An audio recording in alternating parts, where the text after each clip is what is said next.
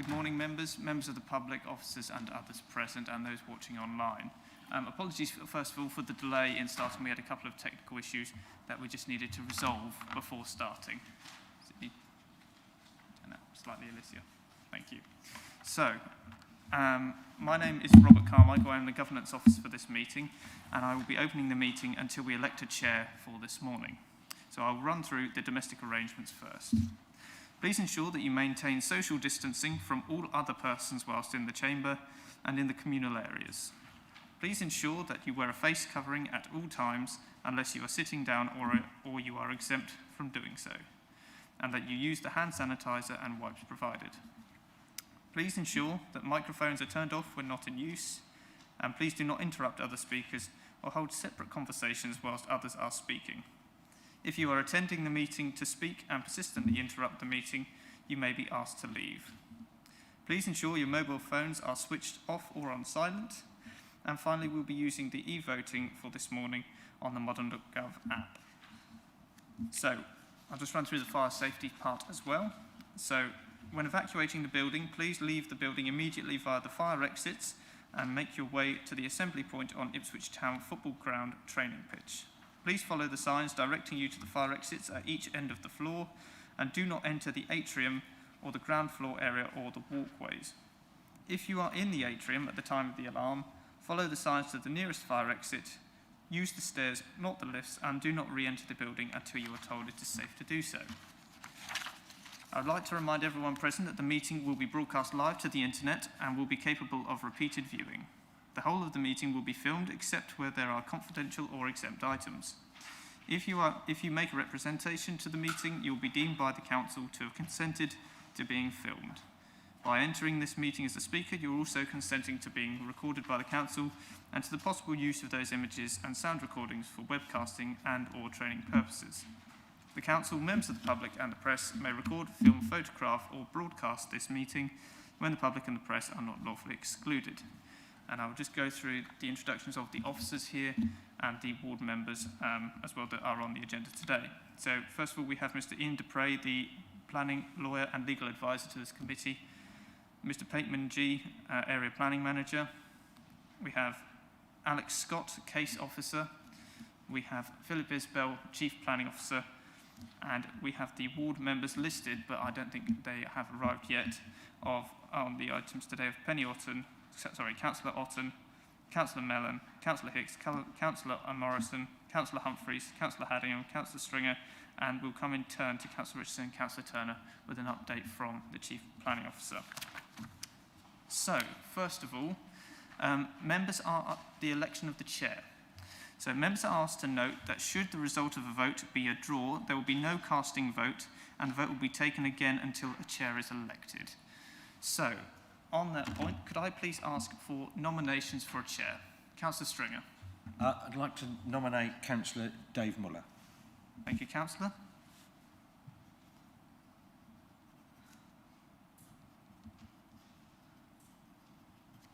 Could I have a seconder, please? Councillor Warboys, I think you were. Yes. Thank you very much. Are there any other nominations? No?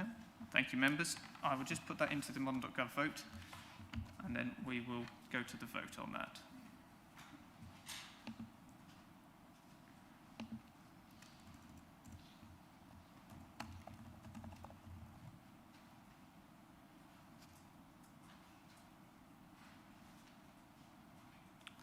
So, members, that's now been updated in your modern.gov app, and I will start the vote.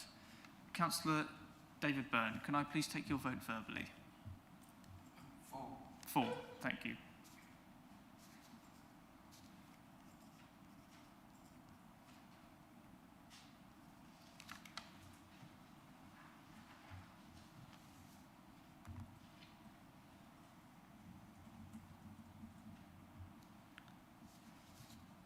Thank you, members. All of the votes have now been received, and that is unanimous vote for Councillor Muller.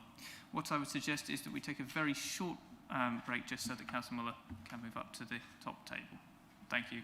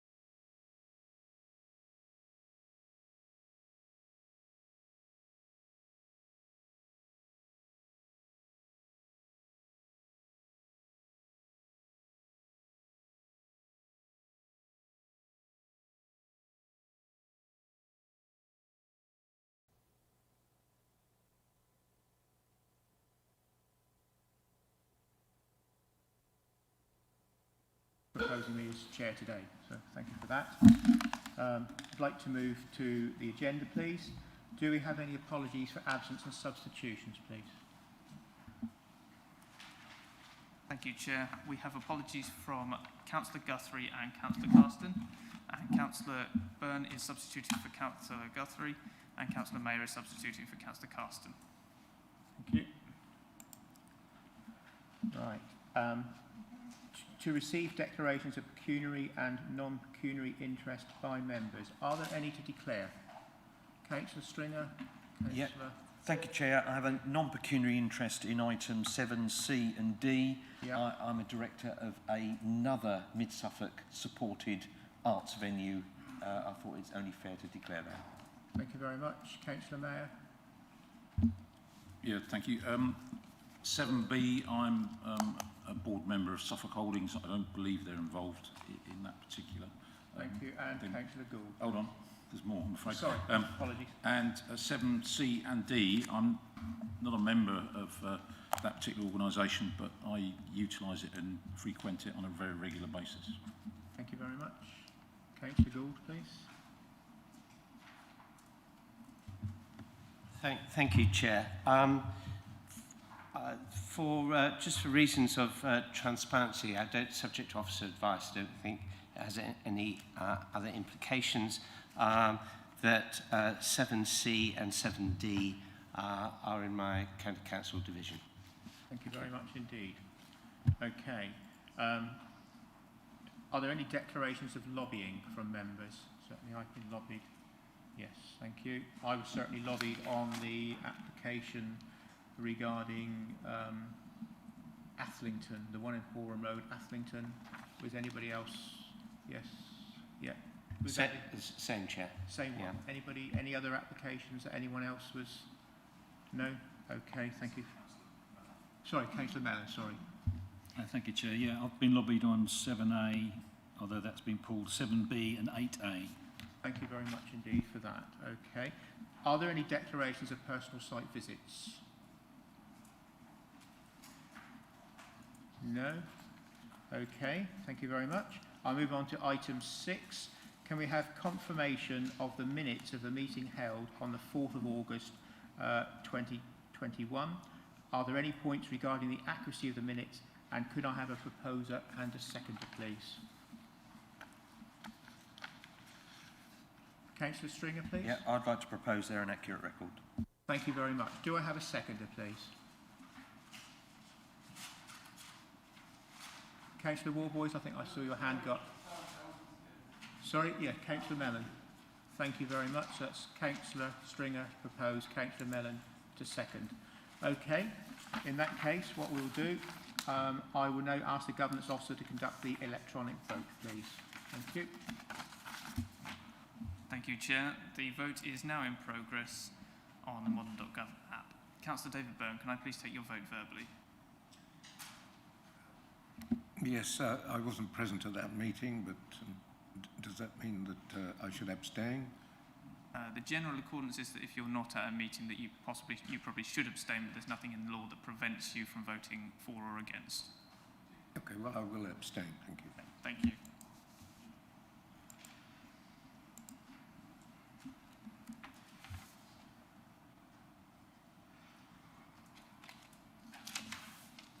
Thank you, Chair. All votes have now been received, and that is 3 votes for and 5 abstentions. So that is carried. Okay, thank you very much indeed. Do we have any notification of petitions in accordance with the Council's petition scheme? None received, Chair. Okay, in that case, I'd like to move on to the schedule of planning applications. I believe the Chief Planning Officer would like to make a comment about item 7A, DC 20-05894, the land southwest of Bayton Road, Thurston. Thank you, Mr. Isbell.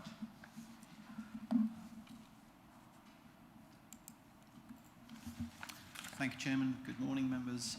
So the application at Bayton Road, Thurston, as circulated by email yesterday, I would propose to withdraw from this agenda, and I'm not intending to present information on it. We received a request yesterday from the applicant. They have taken stock of the committee report, and there are various items in there, including changes to the dormer arrangements, parking arrangements, tree protection and planting, which they would like to take stock of and to amend before the application is decided.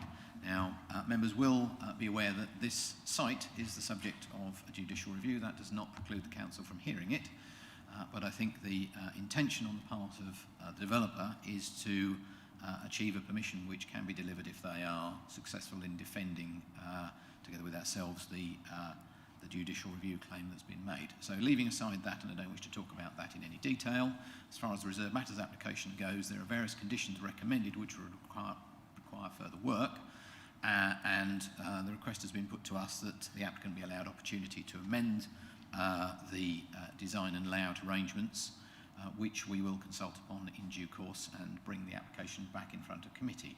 In the circumstances, Chair, it will usually be the case that this will be discussed and agreed with the Chairman of the committee, but in the absence of the Chairman, I have to bring it here, and I would ask that this be proposed and seconded by the meeting so that that can be a formal record of the arrangements. Thank you,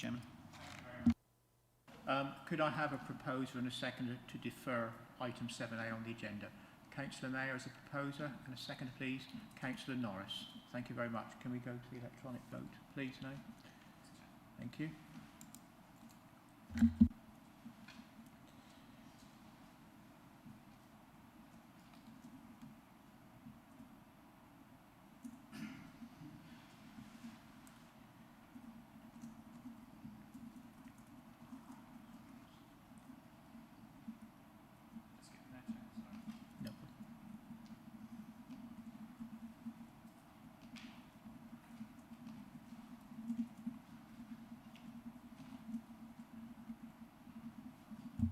Thank you, members. So if you go to the Mondo.gov app, the vote will now be in progress.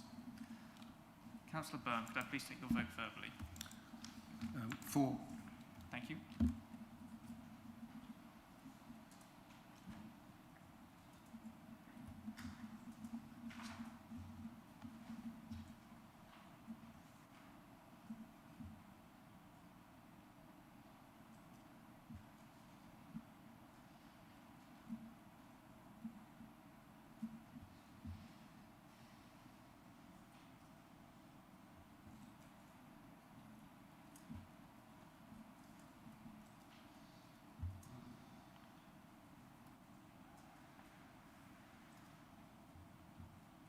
Thank you, Chair. All votes have now been received, and that is a unanimous vote for. Thank you very much. Thank you, Robert. Thank you.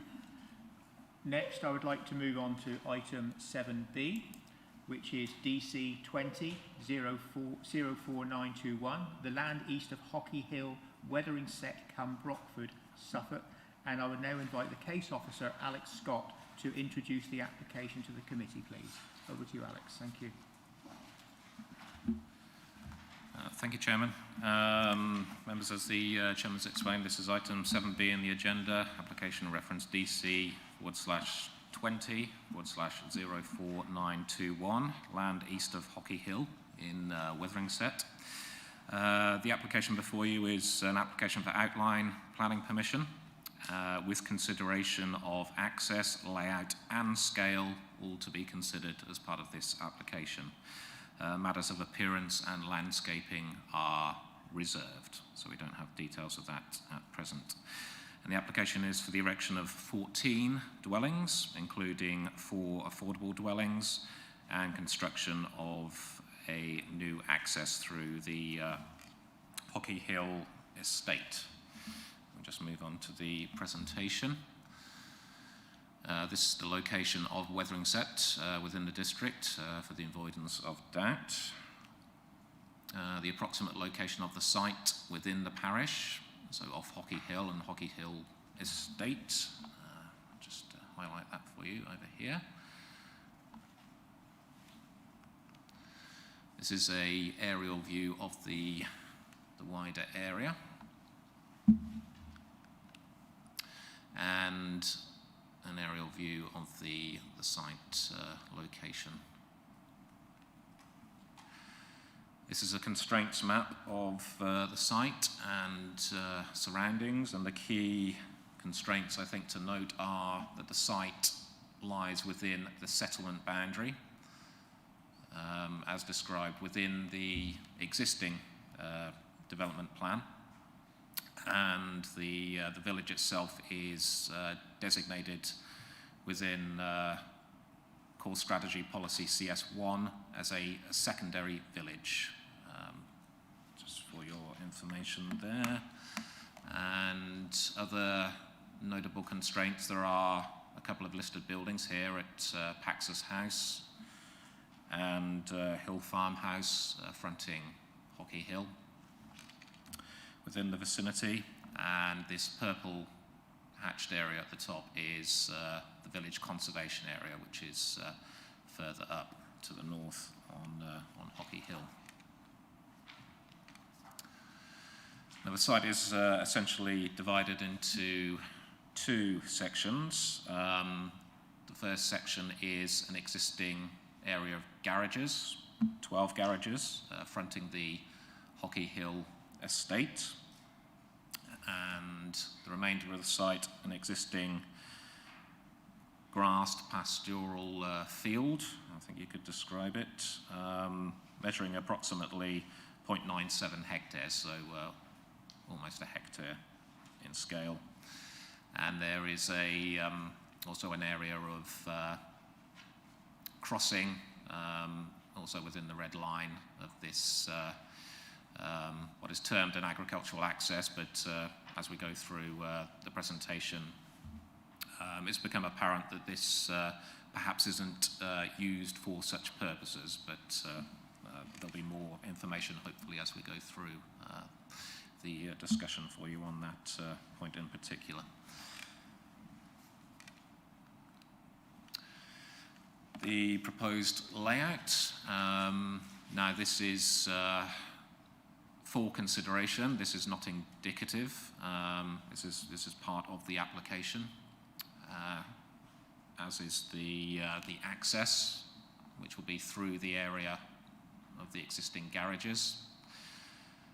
And it's proposed to replace the 12 existing garages with parking spaces in these locations for the existing dwellings on the Hockey Hill estate. Now this has been recommended and agreed as part of Mid-Suffolk Estates, so this is what they would like to see, and this is what the applicant has provided as part of the layout. In terms of the scale of the dwellings proposed, the application proposes 8 bungalows, including these 5 dwellings here,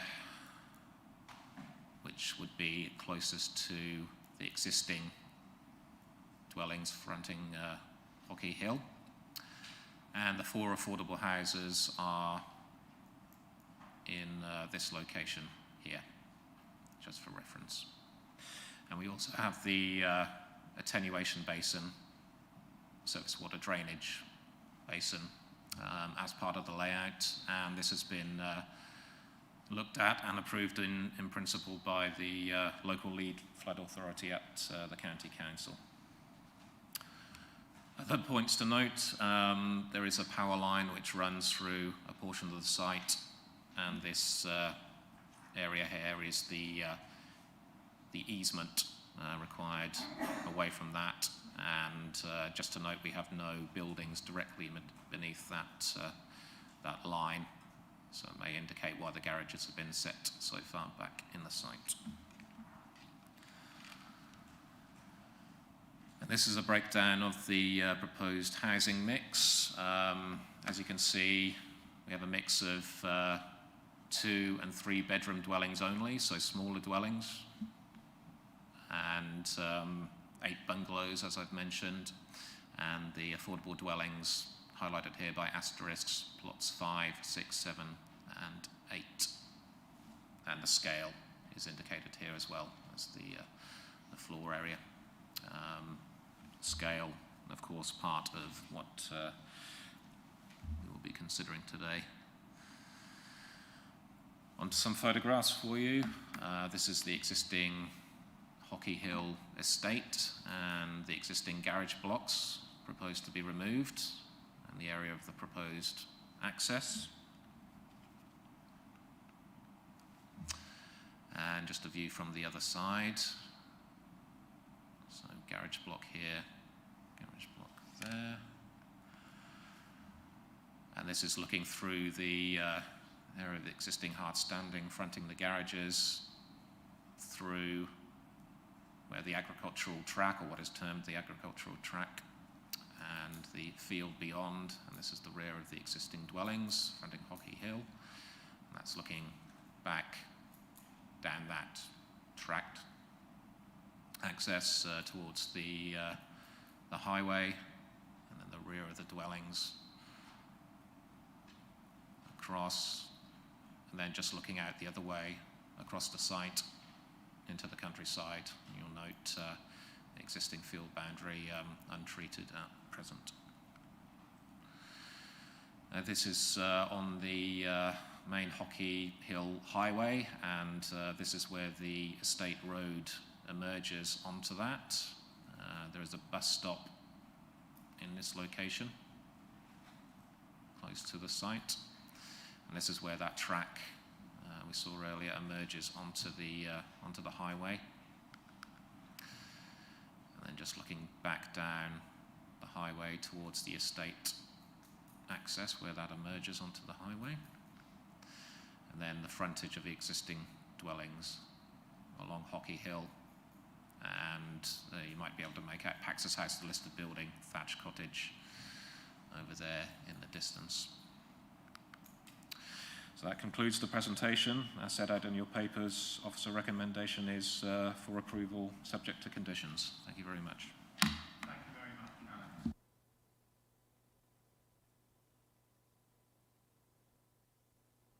Alex.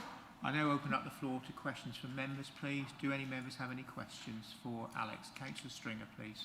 Yep, thank you, Chair. Do we have, I've looked through the papers and I can't find it, do we have a response from the Heritage Officer about moving the pylons and electric lines closer to the listed building? No, I don't believe they covered that point specifically in their response, no. Okay. Councillor Mellon, please. Thank you, Chair. You mentioned earlier about the agricultural track possibly not being in usage, but clearly from the photographs there seems to be tractor movements there. So can you confirm the sort of status of that? And also, is it a public right-of-way? Well, I can confirm it's not a public right-of-way, that access. In terms of its use, I'm aware that whilst there is potential use for agricultural vehicles, it's possibly not wide enough in terms of scale, and as I understand from local knowledge and the ward member, agricultural vehicles do tend to access the site via the Hockey Hill estate and using the area of the existing garages to access the field. Now, I understand that the applicant's agent has a bit more information on that, if you would care to ask them at the appropriate time. Thank you. Okay, thank you very much. Councillor Mayor, please. Just for my information, can you confirm that the Joint Local Plan 98 had this allocated as for development, and the latest iteration of the Joint Local Plan does not have it allocated for development? Yes, the current development plan shows the site lying within the settlement boundary of the village, and it was also allocated in 1998 as a site for development. I do not believe that that allocation was taken forward since 2009, since the policies were saved. We went through that process.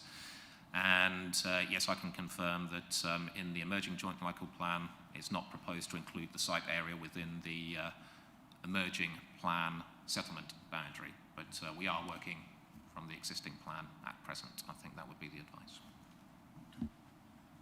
Thank you. Thank you, Chair. Well, my question about joint local plan has just been asked, but this appears to be perhaps a little bit of a landlocked site. Where would the emergency vehicle access be, please?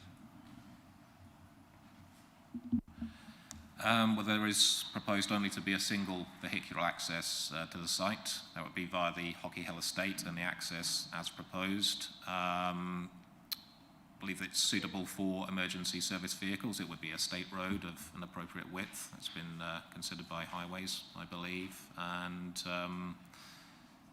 considered acceptable for those purposes. It's not in a state of a scale we would need a secondary or emergency access at all, if that's a concern, but suitable legally.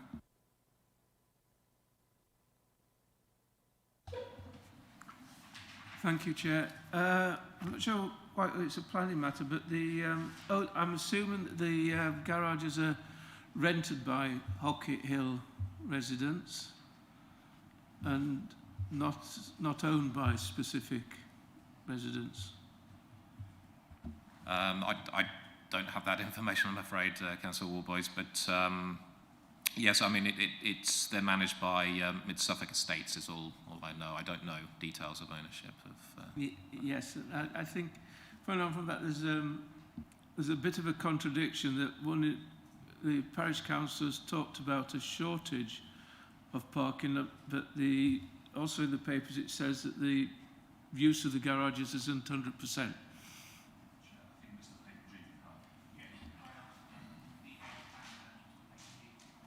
Just on the ownership issue, according to our records, they're all owned by us. That's obviously, that might not be 100% accurate because it's a different department, but ultimately what we have access to, it says they're all owned, and the land surrounding those garages are part of Mid-Suffolk District Council. Obviously that's Mid-Suffolk District Council as landowner. We're dealing with this site as local planning authority. Thank you. Yeah, thank you, Chair. It's a slightly unusual application because normally you get an outline application, an awful lot of stuff is held back. And it's not rather like being arrested. You have to, if you want to rely on something later, you've got to say it now. Could I just have confirmed what is held back for reserved matters? Because reading the title and the plans, it looks like we've got the access, the layout, the scale. We've got a proposed site layout. So could I just have confirmed exactly what it is we'll be deciding today and what will be left for any reserved matters? Thank you.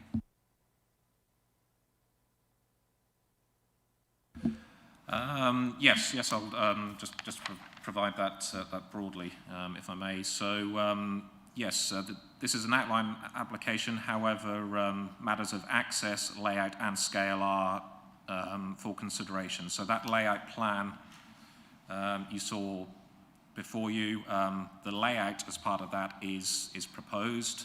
The only matter which is reserved would be landscaping. So we don't have the finite detail of the hard and soft landscaping. The scale of the dwellings is as proposed. If they are indicated to be two-storey dwellings, that's what we would expect to come forward in terms of reserved matters. What is not for consideration today would be the appearance. Now that would be elevations and floor plans of the individual buildings themselves. That's helpful. Okay, Councillor Mayor, did you have a question, please? The council owns part of the site. Is that just the garages, or is it the area on which the main development area as well? So I just suppose we can just put the PowerPoint back on and just put the block plan on. Just might help.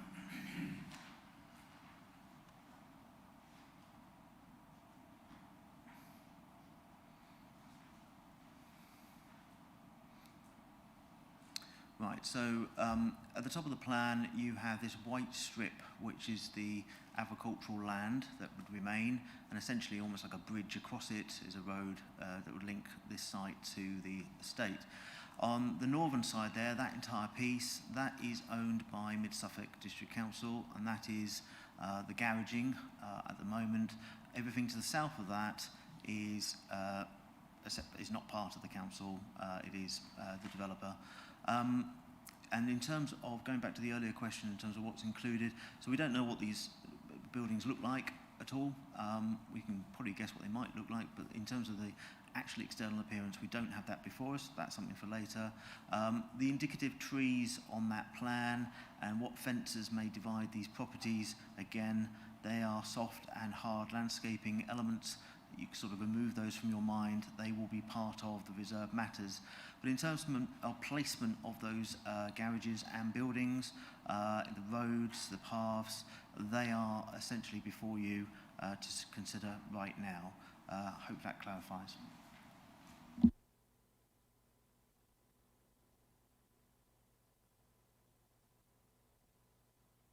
Question, Alex, is regarding those garages and obviously the replacement of those garages with parking spaces. Will those parking spaces be for the residents that currently use those garages? Yes, I believe so, Chair. Yes, Very and there's a little bit of increased parking there as well, so yes. More parking. Yeah. Thank you very much indeed. Any more questions from members? No? Okay then, thank you very much. I'll now move on to the public speakers, and I would now like to ask the Parish Council to speak. Elizabeth Kane, please. If you'd like to come to the front seat. You have 3 minutes to address the committee. Thank you.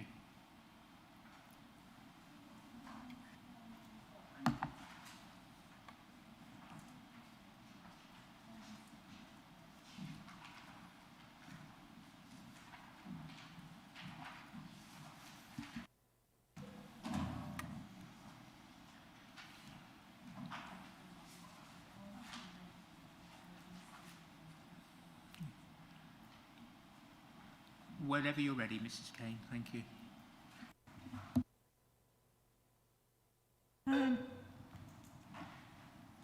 Thank you for having me today to represent the Parish Council. Wetheringsett Parish Council, all the members present at the meeting, when we decided this, we decided unanimously to recommend refusal of these plans.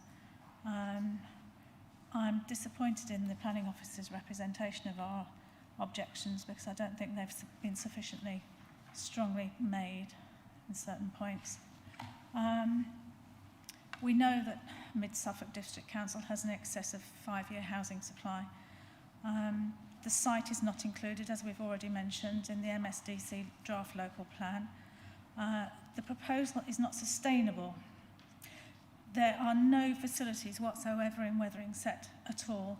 There is a primary school, a church, which is only open once a month, and a graveyard, and that's it. All health centres, public transport, shopping cannot be accessed by foot. Everything will need to be accessed by car. And on the assumption that 14 houses, each house has probably 2 vehicles, that's 28 additional vehicles travelling through the village, through a pinch point on Hockey Hill. We've already focused development for the parish elsewhere. We're not against development, and on Brockford Street, which has direct access onto the A140 and is far more suitable. To gain access to the site, the proposal involves the demolition of 12 Hockey Hills residence garages, and as far as I'm aware, they are only going to be replaced by 7 parking spaces. The Hockey Hill cul-de-sac is already short of car parking spaces. If you go there on a weekend, you can't even get in there, let alone park there. And the loss of 4 parking spaces, disabled and garage spaces, will severely impact on the existing residents. The current infrastructure would be unable to cope with increased surface water disposal onto Hockey Hill. Several times the village is inaccessible via the main road, the road at the bottom of Hockey Hill. There's so much flooding you can't actually drive along there. And the excess vehicles accessing will add to the existing congestion, and all those residents will lose their garages. And during school times, the people drop off children, and it's an absolute nightmare to drive along. And it's very difficult to drive along there, even on a Sunday. I drove along there on Sunday, and it's dangerous because everybody parks on the road. The access to the main A140, where all the services are and where the local nearest shop is, which is 1.3 miles away, is down narrow roads with sharp bends which only have passing spaces. So all the focus for the council's new development is on the A140. That's it, that'll do. Thank you. Thank you very much indeed, Mrs. Kane. Do we have any questions for Mrs. Kane, please, from members? Councillor Mellon, please. Yes, thank you, Chair. You mentioned that the parish had sort of approved or designated land on Brockford Street for development. I'm just trying to understand in my mind where that is. Is that the other side of the A140? It's on the same side of the A140. If you're approaching from Ipswich, as you turn into the main entrance into Wetheringsett, which is Cedars Hill, it's the field immediately.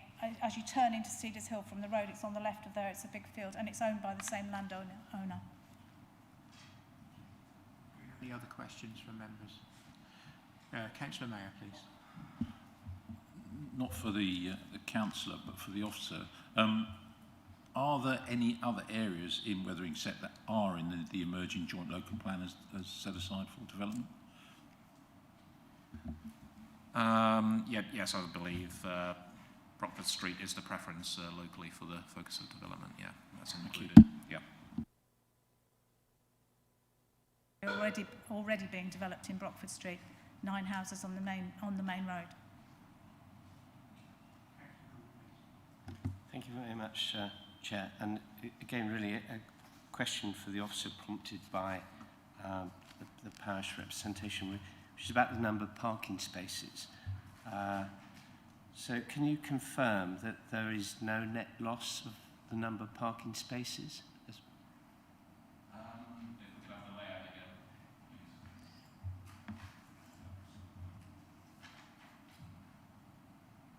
So, as I understand, 12 garages existing. So, yeah, as I understand, there would be 12. There are 12 garages as existing, and it's proposed to provide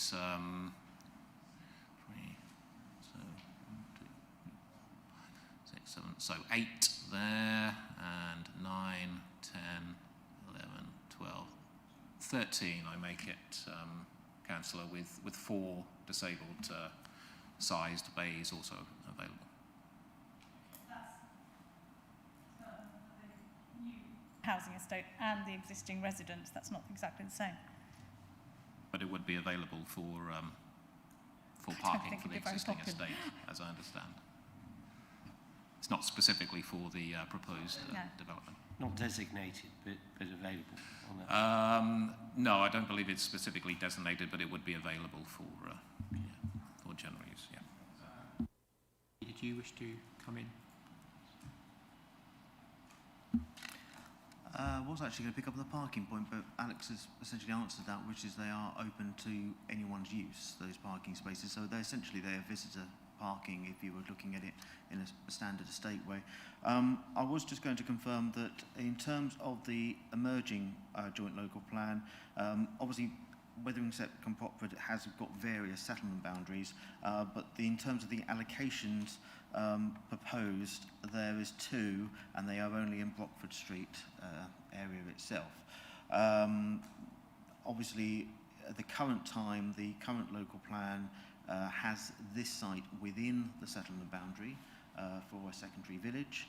That is the status that we are adopted at this current time, but obviously members can give limited weight to the emerging local plan that doesn't have this site within any allocation or within the settlement boundary, although it would be adjacent to the proposed settlement boundary for this cluster. I don't know if that helps. Thank you. Thank you very much. Any other questions from members?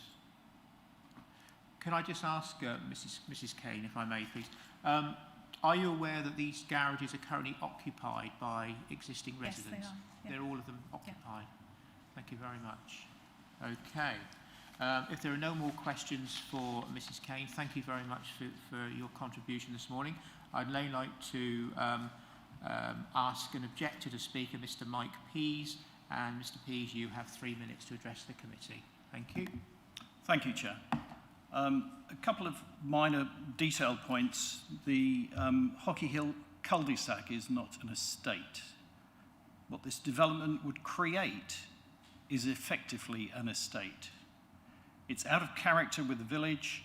It's in entirely the wrong location because it puts effectively 25% of additional capacity in an already developed area of the village. The joint local plan highlighted areas where preferred development should take place, i.e. Brockford Street. It will have a considerable adverse impact on Hockey Hill residents. The traffic, which is quite bad, will get worse. I'm not talking about traffic jams all the time, but at peak times it is quite bad. The agricultural access highlighted on the plan is used. It's the best access to the large field behind for the larger agricultural vehicles. The only other access is along Town Lane, which is too narrow for the largest combines.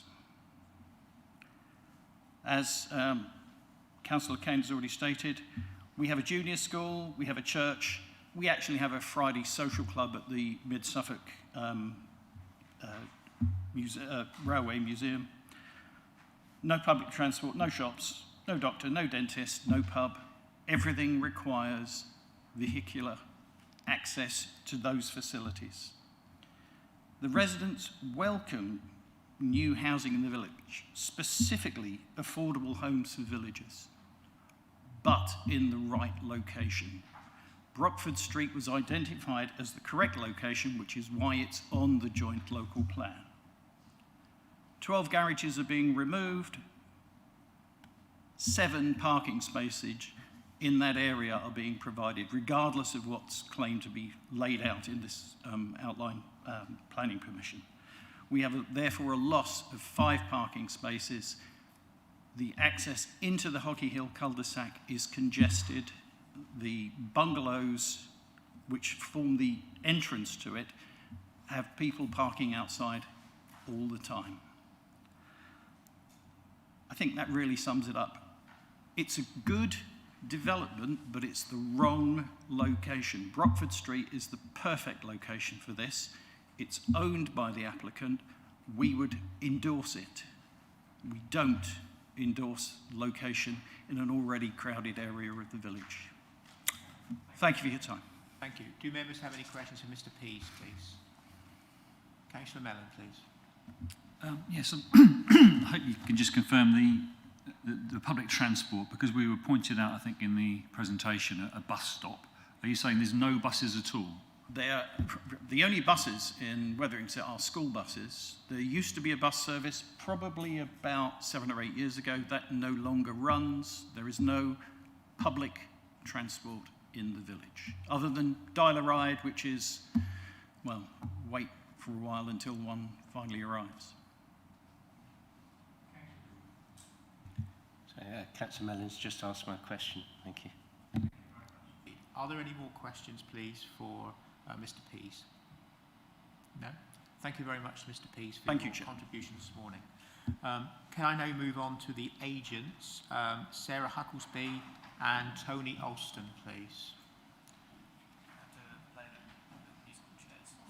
Okay, yeah. We'll just have a wipe the tables down before you take your seats.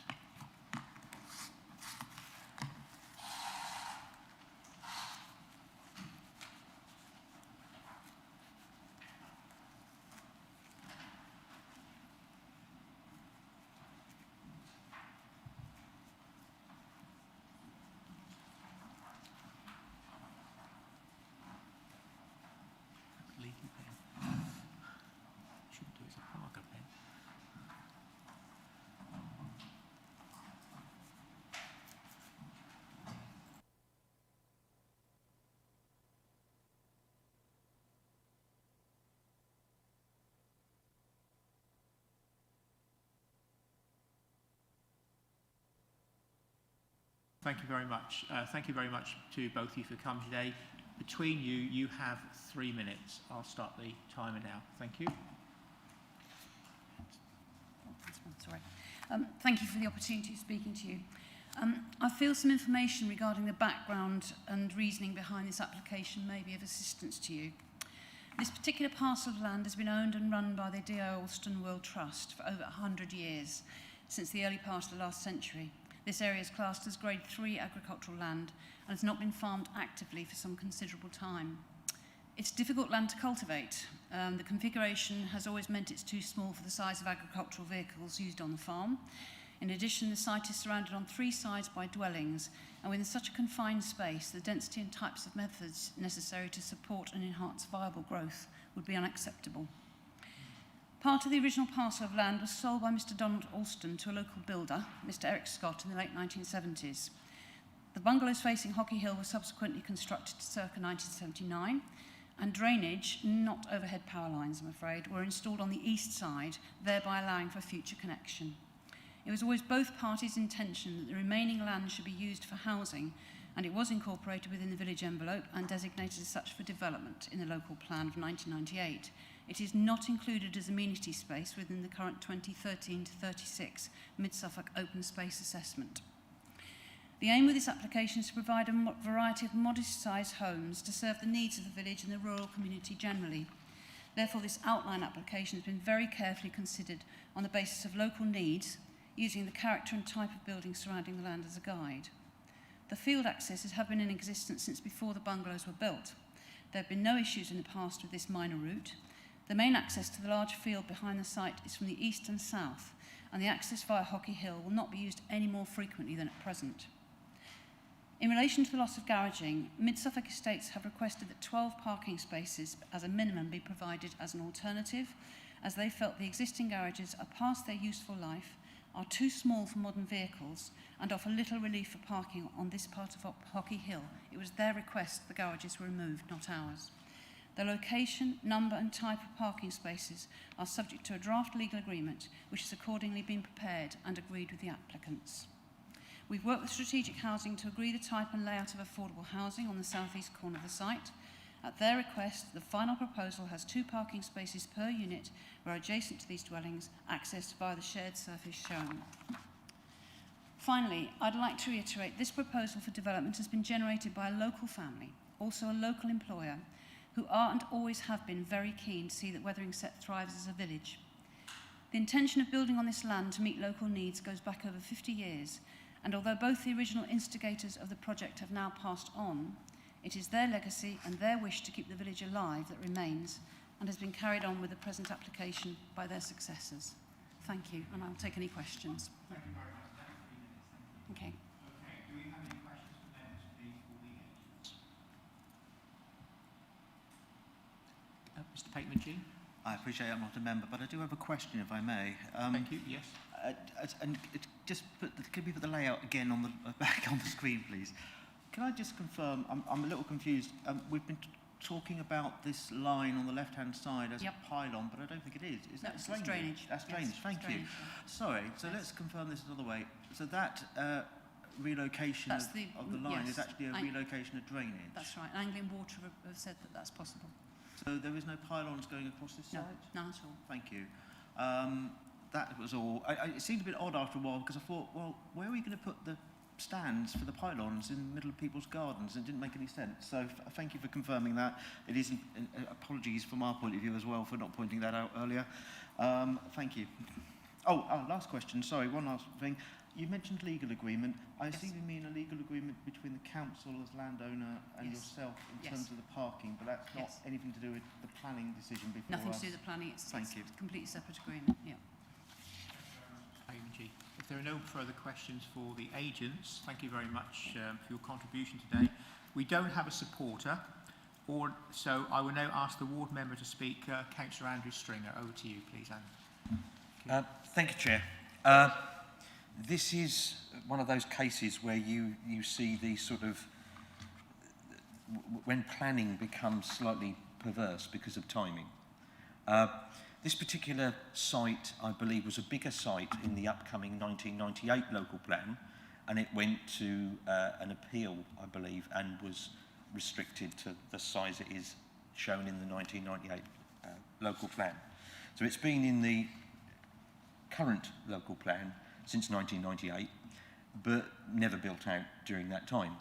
So when the village was consulted about where you'd like to see development in the upcoming joint local plan and the embryonic neighbourhood plan that's being conducted in Wetheringsett, obviously there was a huge review about where new housing would need to go. And that review, in light of what had changed since 1998, fully recognised that the most sustainable location to put housing growth in Wetheringsett was Brockford Street. Because Brockford Street was where, on balance, a number of elements of sustainability existed. Things like footpath connections to a shop, to a bus stop, and our primary road network.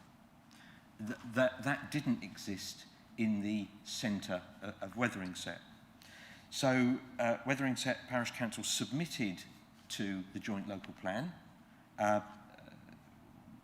policy department here at Mid-Suffolk District Council, their proposals for future growth, and Mid-Suffolk agreed with their proposal, and they agreed to take this site out of the settlement boundary because Mid-Suffolk agreed that it was an unsustainable location in the future of the joint local plan. And the only quirk about this is, obviously, the joint local plan is not policy yet. So having agreed this is an unsustainable location, we have to agree it was sustainable back in 1998, although never built out in that time. So therefore, for the purposes of this, we have to look at a 1998 local plan, which says it was acceptable then. But it's odd that we cannot use that old local plan to resist new development. It's one of those perversities of where we find ourselves. And we're at the moment in a policy limbo land.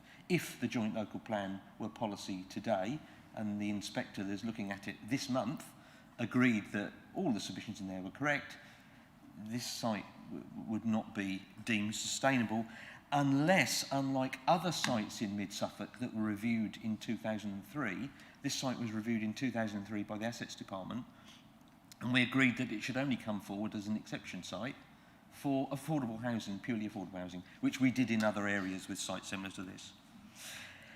Right, so that's the sort of slightly muddy policy element that we've got here. So if we're going to approve it, we rely on a 1998 plan, although we know it doesn't form part of an upcoming plan. There are some plus points about this. I mean, this is almost not an outline application as far as I can see, because we have an awful lot of detail here, other than, as you said, appearance and all those finer details. We've got layout, which gives us something that we can actually work upon. So if we look at plus points, it looks a very reasonable design with reasonably distanced properties. We've got the vast majority of these plots have an element of south-facing roof. That's a first. Well done. Then we start getting into the minus points.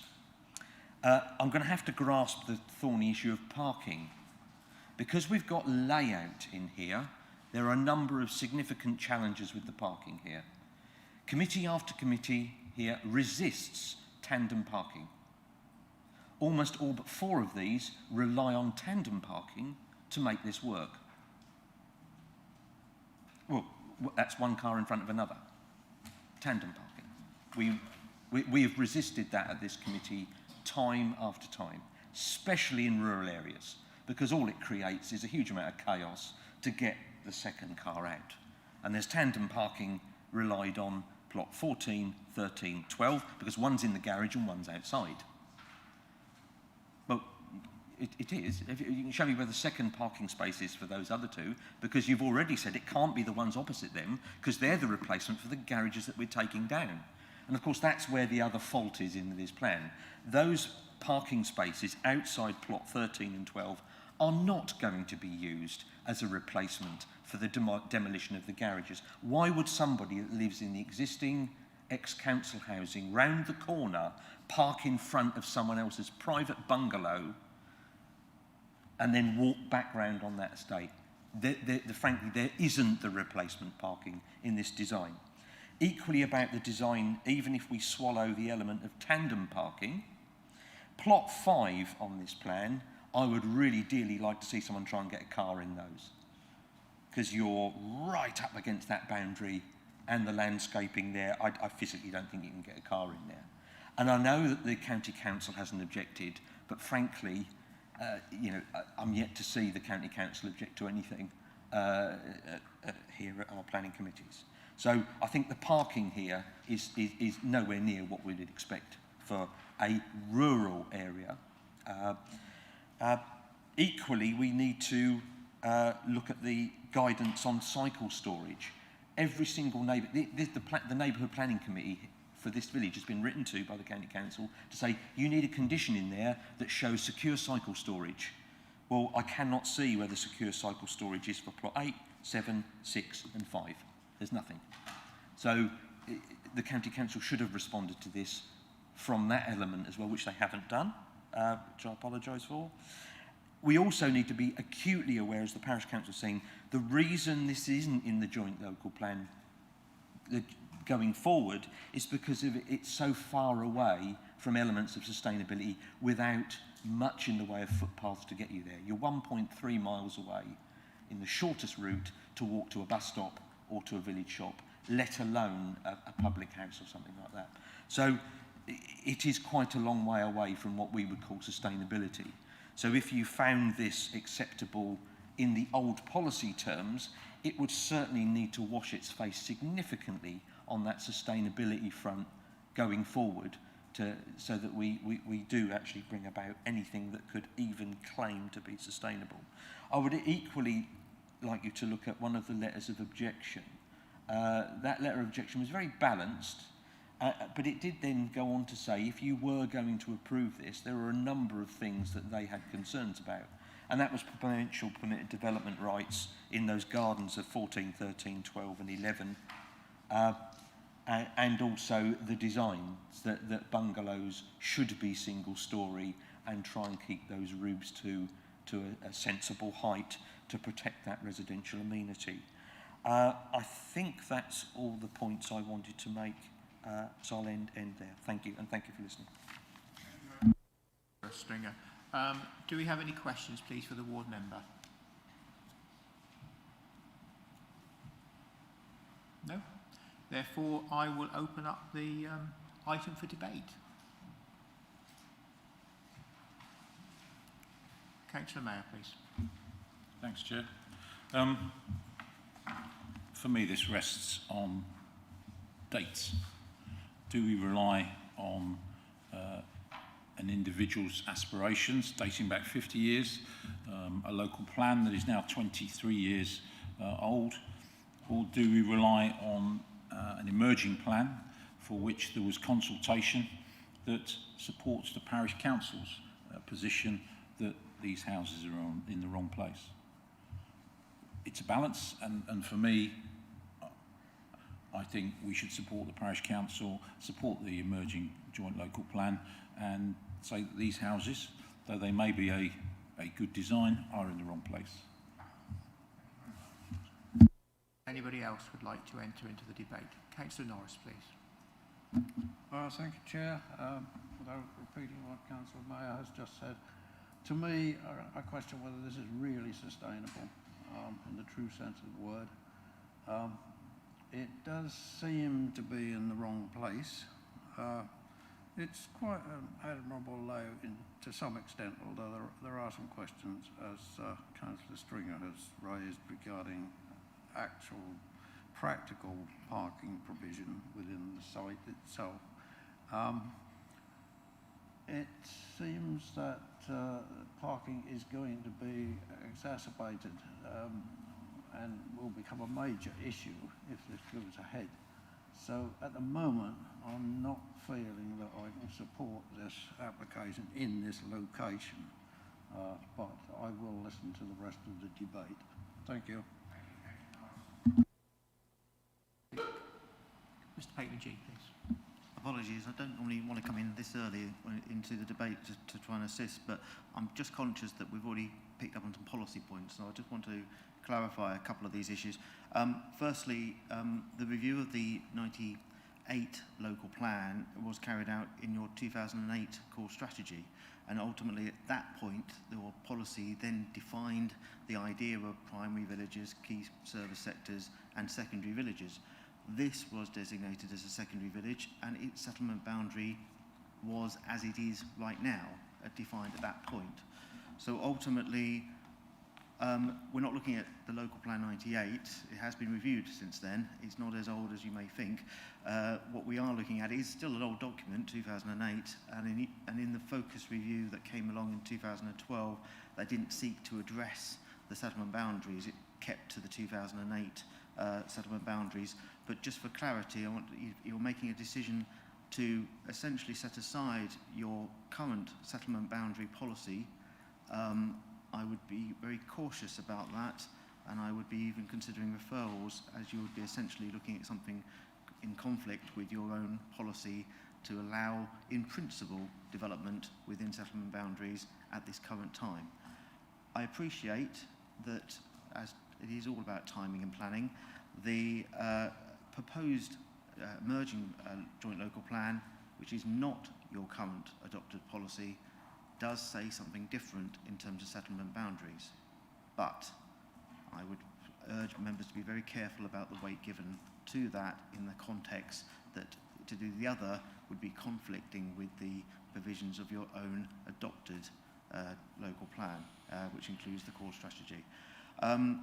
Just to pick up on a couple of other points, secure cycle storage, if ultimately you wish to see that, that can be an additional condition to be placed on this application.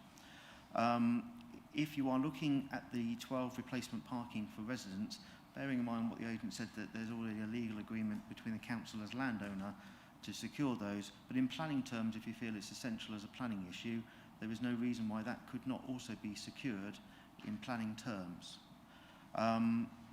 And also the other one mentioned was removal of permitted development rights. I notice actually it's not included in our list of conditions, and I would actually quite willingly add that to the proposal as well. And I'll leave it there for the time being. Thank you. Right, members, would anyone else like to continue the debate? Councillor Gould, then Councillor Stringer. Thanks, thanks, Chair. And I guess I'm slightly more concerned or confused as a consequence of Mr. Pateman-G's advice than I thought I was a moment ago. Certainly in terms of the local plan, the emerging local plan, I mean, my impression is that we make increasing reference to that as that accrues status, as it were, as it goes through the process. And it is hopefully nearing the end of that process. But what is in there does reflect current thinking and views. And therefore, to put that aside in favour of an older plan, even one that was reviewed within the past decade, seems to me to be slightly odd. That planning rules allow, surely we should go with what our current assessment, of need and site allocation is. So I'm, instinctively, I would say drawn towards what we now think in terms of sites for development, rather than what we may have thought in the past. But I have learned, though it still baffles me, I have learned that planning is not as simple as that. So may need advice on that point. In terms of there seems clear to me that there would be better sites for this development than here. And there are some real challenges about sustainability of the site. Having said that, the proposal has many virtues, not least in terms of the provision of bungalows in particular, and affordable homes, which so often crop up in our consideration of applications where we wish there were more of both. So the provision of those in this proposal, I think, is very welcome. Again, as has been said, the layout of the site seems very attractive. There's nothing much to argue about there. I think the realities of competitive parking may well mean that those who currently have space aren't, lose out. I can see that being highly likely. So I'm by myself, I suppose, in a position, as Councillor Mayor and Councillor Norris are, while seeing the virtues within the application, actually being concerned about the sustainability of the site, and then found myself dependent on advice about the application of planning policy to support that position.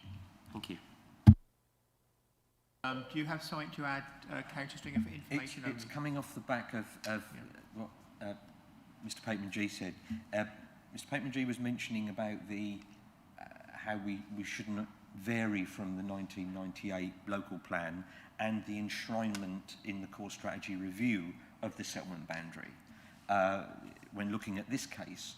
But it's important to note that we did discount those two policies when we approved at outline one of the sites that's in the upcoming joint local plan. So it seems that you can adhere to the local 1998 and core strategy settlement boundary if it's approving houses, but you can ignore it when you want to approve more houses. So what I'm telling you is one of those sites in the upcoming joint local plan in Brockford Street already has outline planning permission. So we're already quite a way down the road. So what the village is now being told by this application is, you'll not have one or the other, you'll have both. Electrically charged vehicles, if we demolish the garages, that denies them the ability to charge their cars. I don't have the answer to that. I'm not aware of that.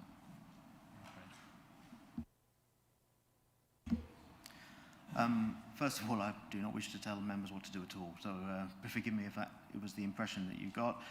Ultimately, I'm asking to be very careful with the balance, but the balance ultimately is yours to make.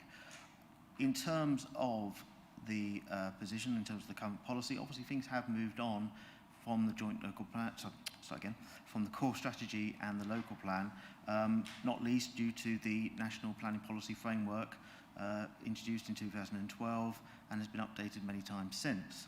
And it might be, if you are looking at that in terms of sustainability, that you may wish to look further at the National Planning Policy Framework and the context of, for example, paragraph 80 of the updated version this year, in terms of looking at sustainability of this site, and argue that to say that that is why, despite your current policy position, you have sought to move on. Just leaving it to the emerging local plan only would, in my view, provide a risk that is an opportunity at appeal. We need to be careful about how we look at that issue. Unless my colleague would like to add more.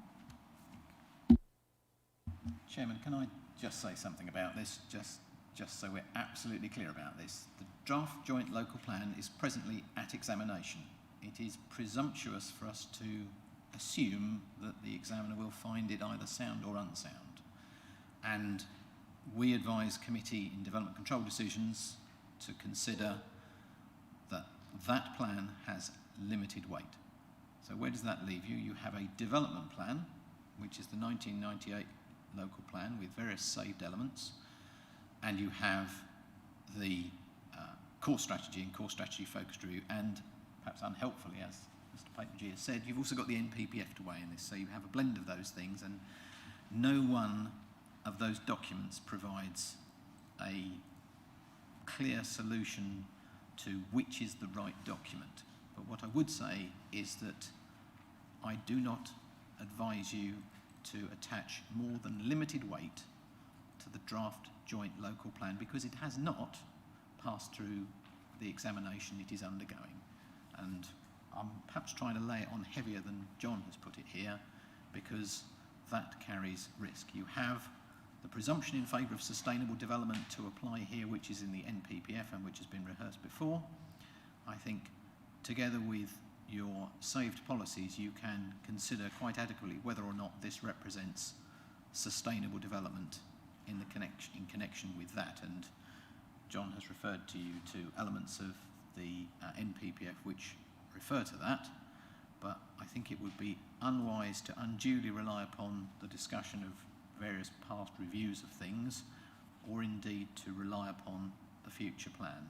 I think you have your policies and you have the NPPF, and I would suggest those are the things that you should be drawn to. Thank you, Chairman. Members, do you wish, Councillor Mellon, please. Thank you, Chair.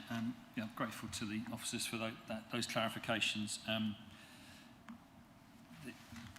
The NPPF is what I was going to come to anyway. I'm glad that Mr. Pateman-G brought it up because that is the difference from the core review 2008. We have that's come in, so that seems to me to be the sort of change in policy that we might be able to rely on here. I mean, I'm just so aware that often we're told that our policies are out of date and we can't rely on them, and yet we seem to be here seeking to look back to those old policies. Paragraph 103 of the NPPF talks about limiting the need for travel and offering a genuine choice of transport modes. It seems to me that is a fairly significant paragraph. I'm not sure what it is actually in the new NPPF. But to my mind, this site seems to be, in the context of other applications that we've refused recently, a place which is unsustainable in terms of its proximity to services, being able to access services in a sustainable way. So that's where I am at the moment. Thank you, Chair. G, please. So the updated policy reference is paragraph 105, in that it talks about how the planning system should manage patterns of growth in support of objectives. It does refer more to significant development, and obviously the phrase significant, does that apply to this? But then significant in the context of the village, you can weigh that up. Ultimately, you may wish to look further at paragraph 79, which refers to, and if I may just find the point, where you are looking at sort of enhancing, maintaining the viability of the rural community, and it talks in part about unsustainable traffic movements for future residents, which wouldn't be supported by local services. So it's about the viability of this particular sustainability of this location. So it might be a case of looking at that further. Boys, then Councillor Mayor, then Councillor Bow. Yes. Thank you. I respect Mr. Pateman-G's comments and making this a little bit more palatable with regards to maintaining the existence of garaging for the residents. There's a huge amount of difference between having a garage and a non-designated parking space.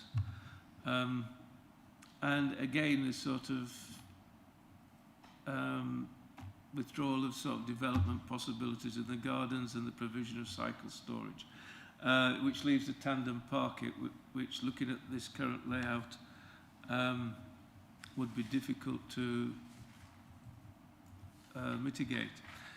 However, I think what sticks for me on this planet is that its sustainability and its location. We've heard from the parish council and a member of the public, and it's quite clear that the community is in favour of development, but not in this site. and looking at the MPPF, which sort of trumps the 2008 revision of the local plan. Planning policies and decisions should be responsible to local circumstances and support housing developments that reflect local needs, which I feel the Parish Council has identified very clearly for us, and their proposals. And it goes on, as Mr. Paper-G says, we should be promoting sustainable development in rural areas. Things have changed quite dramatically since 2008 in terms of our appreciation of how important sustainability is going to be at present and in future. We do need to be looking at, if you like, future-proof developments and future-proof housing.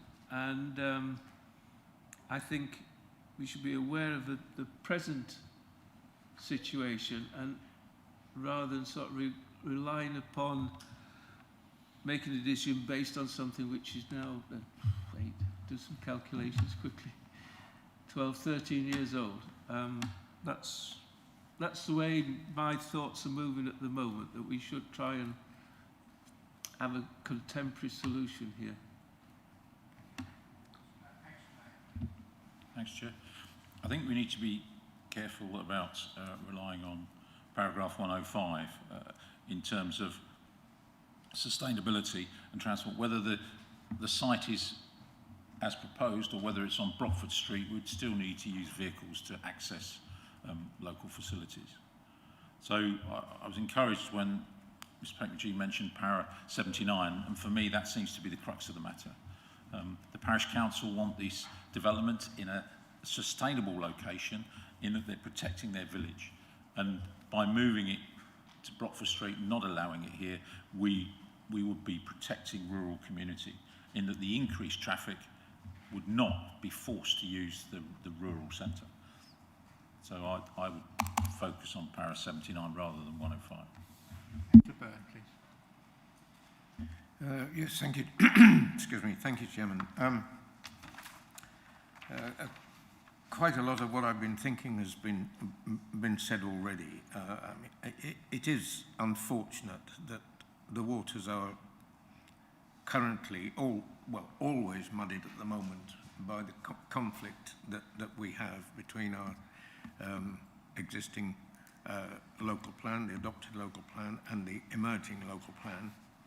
Yes, we do have to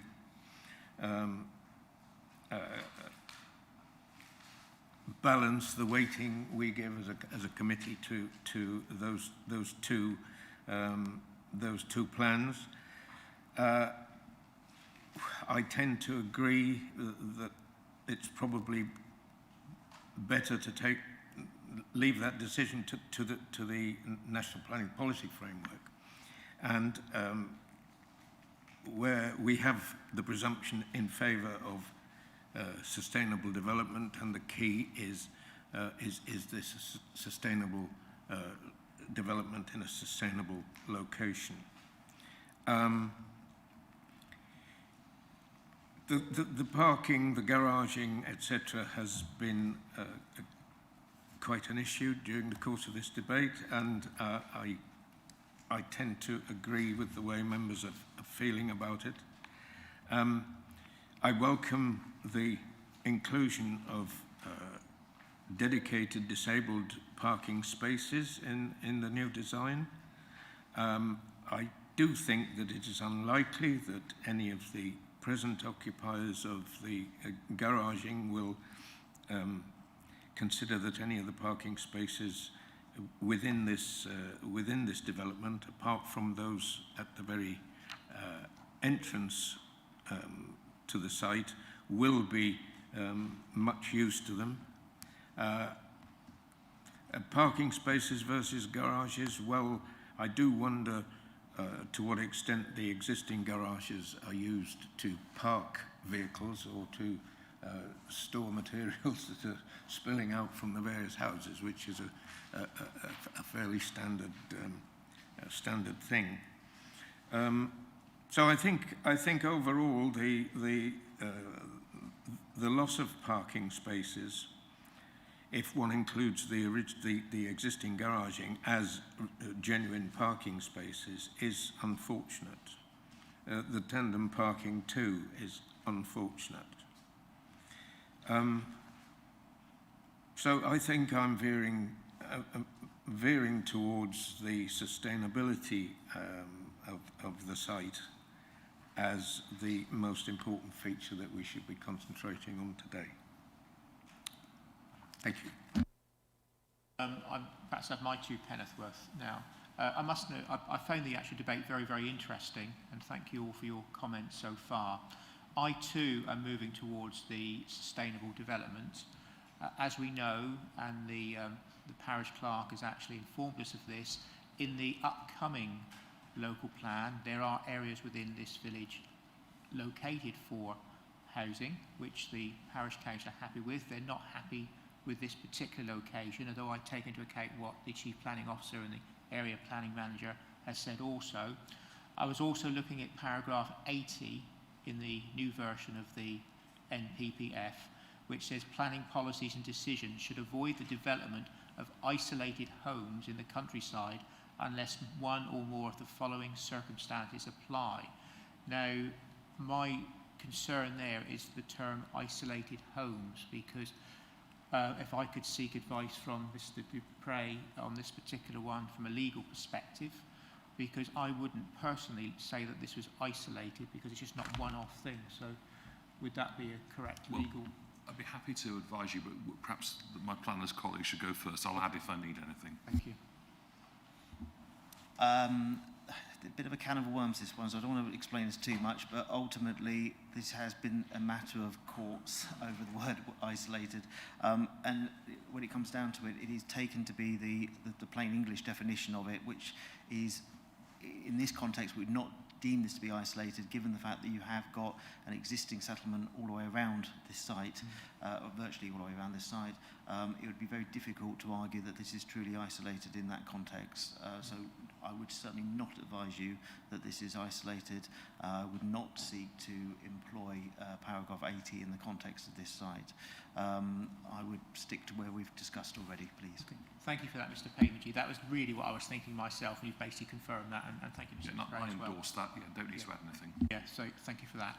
Right, do any other members wish to add anything to the actual debate before we move on? I'd like to move this on.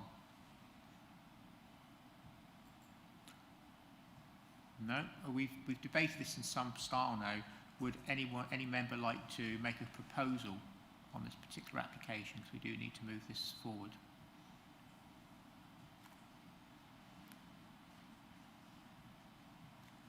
Councillor Mayor, please.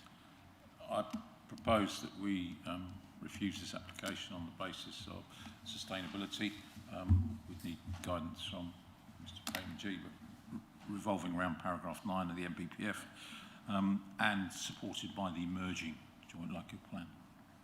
Okay, thank you. So we have a proposer for refusal. Do we have a seconder for refusal? Councillor Mellon? Yeah, thank you, Chair. This is a tricky case, there's no doubt about it. And I would like us to be on solid policy ground, because, you know, there's the fear of an appeal. But I think the paragraph 79, was it, I think, I've got the new NPPF net up now, would seem to fit this one, where we've got potential locations elsewhere in the village, which will enhance and maintain the vitality of a rural community. And the question mark is over this site whether it will. There's clearly some things that this site is bringing. It's bringing some houses to a rural area, it's bringing some bungalows and some affordables. But to my mind, it doesn't outweigh the fact that it's not a sustainable location that as I can see. So I'm happy to second Councillor Muller's proposal. Thank you very much indeed, Councillor Mellon. Does anyone else wish to make any further comment? Could I ask Mr. Paymangy, please? So obviously, I have been listening to the debate and typing away to think about what a potential reason for refusal or reasons may look like. My suggestion for members to consider would be to delegate to the Chief Planning Officer to refuse the proposed development on the following grounds: that the proposed development would be located in part of the parish where it would not enhance or maintain the viability of this rural community and would generate unsustainable traffic movements from future residents, which would not support local services. On that basis, the development would be contrary to paragraph 79 of the NPPF 2021. Now, whether you wish to take that one step further in the context of, furthermore, the proposal would not meet the objectives of paragraphs 104 and 105 by limiting opportunities to promote walking, cycling and public transport in this countryside location. So there's two parts to that. Take both, take one. I'll leave that for further debate if need be, or take it forward.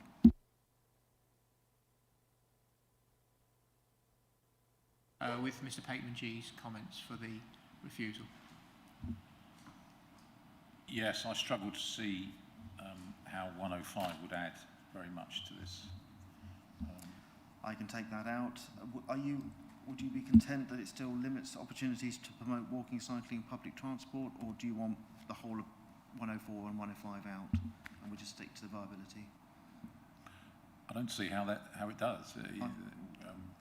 So we are just looking at then the first part of what I said in respect of not enhancing, maintaining the viability of the rural community, unsustainable traffic movements, and looking at paragraph 79 of the NPPF.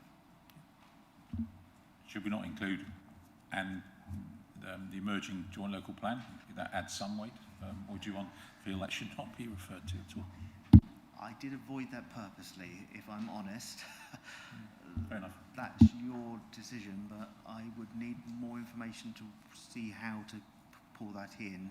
I appreciate it's outside the emerging settlement boundaries, but as my line manager says, ultimately we need to be very careful here in context of it is a presumption that we are taking that could be a risk.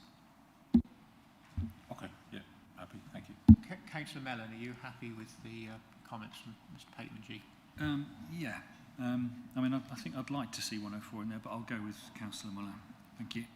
Thank you very much. Yes, personally, I am not in favour of this application. I do agree with my colleagues about the sustainable thing, and I would have voted against granting this particular one planning permission on this case. Does anyone else wish to make any comment before we go to the vote? Sorry, if I can just interrupt. Yes, apologies. Just to be clear, I did also say to delegate to the Chief Planning Officer purposefully in this case, just to enable us to add any further reasons as we see fit, if necessary, if that's okay. Yes. Thank you. Councillor Mellon, are you happy with that as well? Yes. Thank you very much. Then I will now ask the Governance Officer, please, to start the voting on the comments made. Thank you, Chair. What I was going to suggest is if Mr. Pateman-G could just read out what was agreed against, so that we're all completely clear on what we're voting on, and then I'll put it in the vote as read out by the Area Planning Manager, if that's acceptable. That's fine. Thank you very much.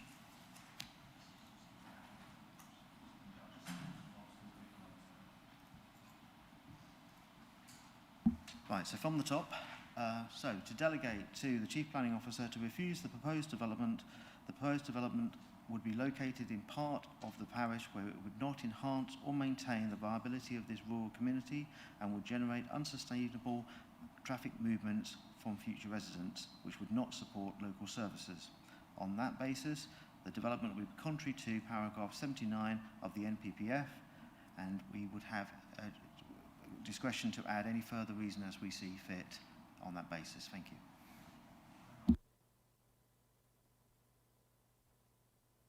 Just for myself and the general public, you did say earlier that if the committee were minded to refuse, that you would recommend this go to referrals committee because you felt it a perverse decision. Is that still the case? I have not sought to pursue that in the end, no.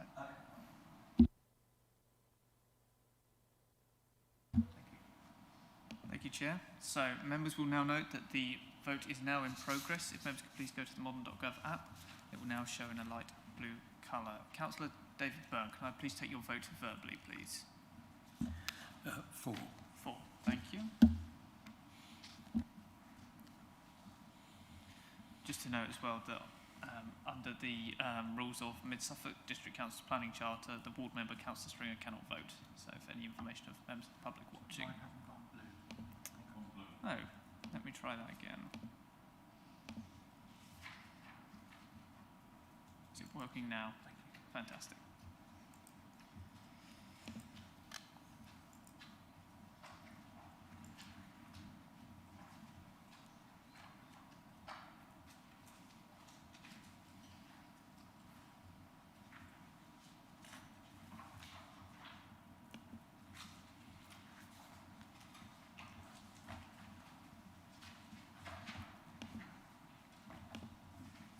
Thank you, Chair. All votes have now been received, and that is a unanimous vote for the proposal of refusal. Thank you very much.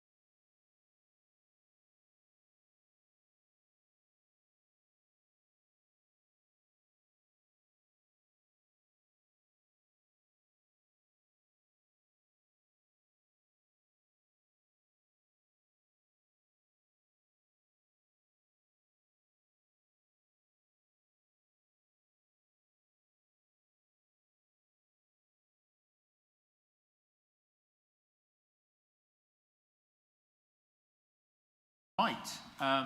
Item 7C, DC/21/00782, Wingfield Barnes, Church Road, Wingfield, Suffolk. I'd like to invite the case officer, who will be Mr. Pateman G, to introduce the application to the committee. Mr. Pateman G, thank you. Thank you. So I'm afraid the case officer wasn't able to make this meeting, so I've taken the next two items to present. Just to clarify, there's two in Wingfield. So the one first of all we're dealing with is application with the 782 at the end, which is change of use from the performing studio to an office under Class E. So to start with, some aerial photographs. This is the Wingfield Barnes complex. Complex of former farm buildings converted into a visual and performing arts centre in the late 1990s, I believe. And the site is currently entirely owned, as we understand, by Mid-Suffolk District Council, hence why it is before you today. The subject building is a single-storey traditional barn, just indicated on red on that overhead. It's a single-storey building with a brick plinth and pantile roof, and weatherboarded and painted white. The proposal is for the change of use of that building with no external or internal alterations. This is just pure change of use of its use. So, to put it into context, that's where we are. We are fairly remote, and that's the red line around the Pacific building that the change of use refers to, and the rest of the site, which is owned by Mid-Suffolk, is in blue. Now we have the constraints map. We've got a tree preservation order on some trees in this area here. We've got a grade 2 listed building here, grade 2 star to the north. This specific building isn't listed in its own right, and ultimately we are all within a conservation area as well. That's the floor plan of the current arrangement, which is not sought to be changed. And that's the building in front in question. And I've got some photos. Sorry, skip one. That's the building to be change of use to an office. That's it. Right.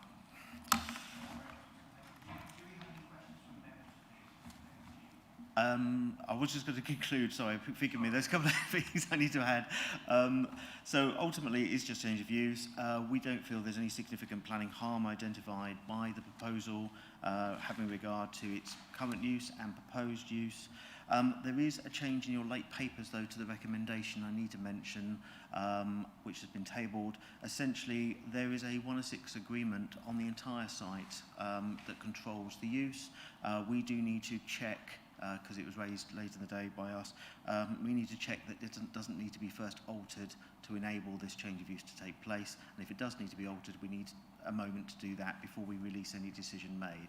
So if you are looking to approve the application, we would then go away and just check the 106 and sort that out before issuing any such resolution. So just to clarify that, I don't know if any members are aware of Class E, but just to update, this is a relatively recent change to the General Permitted Development Order, where a lot of the other classes of use got amalgamated into one larger use. So Class E does cover a range of uses, everything from display of retail of goods, professional services, indoor sport, and nurseries and day centre and so on, but it does include office use. And in this particular case, in your recommendation, we've restricted this change of use to just that one office use, so it doesn't broaden out into the other uses. So that is a specific restriction of permitted development that is on your recommendation. Sorry, Chairman, that was all I just needed to add. Thank you very much indeed, Mr. Pateman G. Members, do you have any questions, please, for Mr. Pateman G? Councillor Warboys, please. Yes, this the following proposal. I am a little bit concerned. I am familiar with Wingfield Barnes as an arts centre, and I'm aware that the buildings were developed to provide quite a unique cultural centre, cultural asset in Suffolk.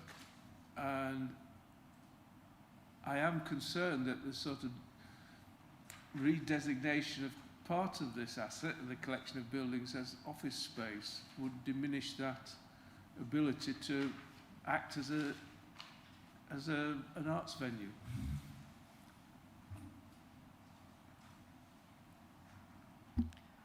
In fairness, I don't know if I can help you with that question. I'm not sure if this office is in association with the Art Centre or if it's an independent office. Unfortunately, I'm not aware of the motivations, only that it is being proposed as an office from a studio. So you are looking at a loss of the studio space for an office space instead. Although part of looking at the block plan, part of it was already being used as an office already, looking at the block plan. But there is a possible reduction of studio space as a consequence of the decision if made. I will also point out it's not the first time though for this complex. We have had a day nursery approved within the complex a couple of years ago. So there has been changes since the 90s when the whole lot was a performing arts studio. Anyone else have any questions for Mr. Pavin-G? No? Okay, thank you very much indeed. Right, we don't actually have an objector, supporter or agent, but we do have a comment from the ward member, Councillor Lavinia Haddingham, which I will ask the Governance Officer to read. Over to you. Thank you, Chair. Just as well to point out, as members will know in their table papers, there is a comment from the Parish Council as well. So just to draw that to members' attention. So from the ward member, Councillor Lavinia Haddingham, she has written, I will not be attending the Development Control B meeting on the 1st of September, so could you please pass on my apologies for not attending as ward member for the items regarding Wingfield Barns? And could you please pass on to the committee that I give both items my full support? Thank you. Kind regards, Lavinia Haddingham. Chair. Thank you. Before I will now open up the item to debate. Councillor Stringer, please. Thank you, Chair. Yeah, I mean, it's basically, yes, there is a potential loss of workshop space and studio space, but within the diversification of something like this, I would imagine it will need to secure a level of income from something that possibly isn't studio or what have you, and frankly I'm surprised it's not permitted development what's proposed here. So I don't think we're stopping it being used as a studio perhaps in the future or what have you, but if it does help with the diversification and give the people that run it another option, then I really don't have a huge problem with it. So I would move approval as per recommendation amended.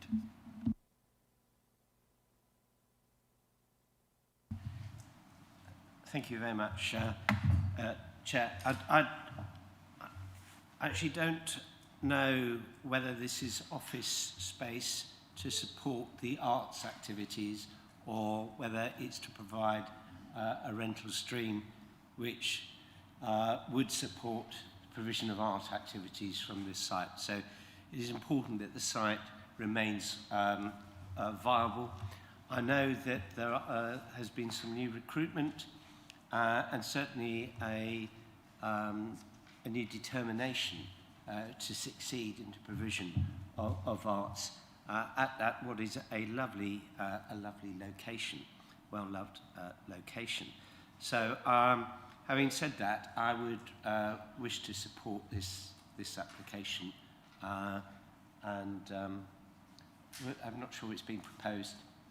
Well, if it's been proposed, I'd like to second support. Thank you. Councillor Mayor. My thunder has been stolen. So, okay, thank you very much indeed. Yes, does anybody else wish to speak on this one? No? I too are actually in favour of this one, so I will be supporting this particular application. We've had a proposer and a seconder, and the recommendation is as the amended version which Councillor Stringer and Mr. Pavin-G mentioned. Therefore, I will now ask the Governance Officer to start the electronic vote, please. Thank you, Chair. So the recommendation as in mon.gov will read that application DC 21-00782 be approved as detailed in the updated officer recommendation. So that includes the part of the table papers as read out. So the vote is now in progress, members. If you go to the mon.gov app and go to the plus sign in the top right-hand corner and go to the blue line showing the vote in progress.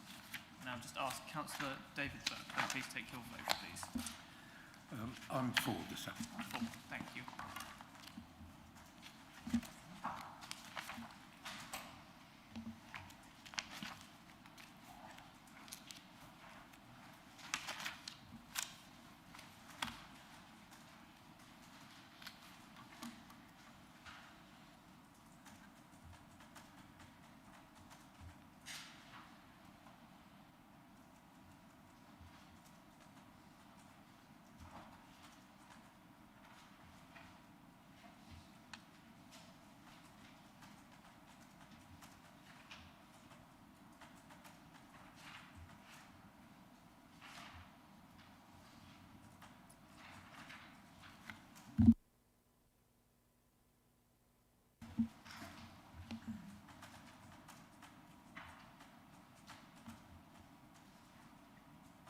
Councillor Stringer, is it?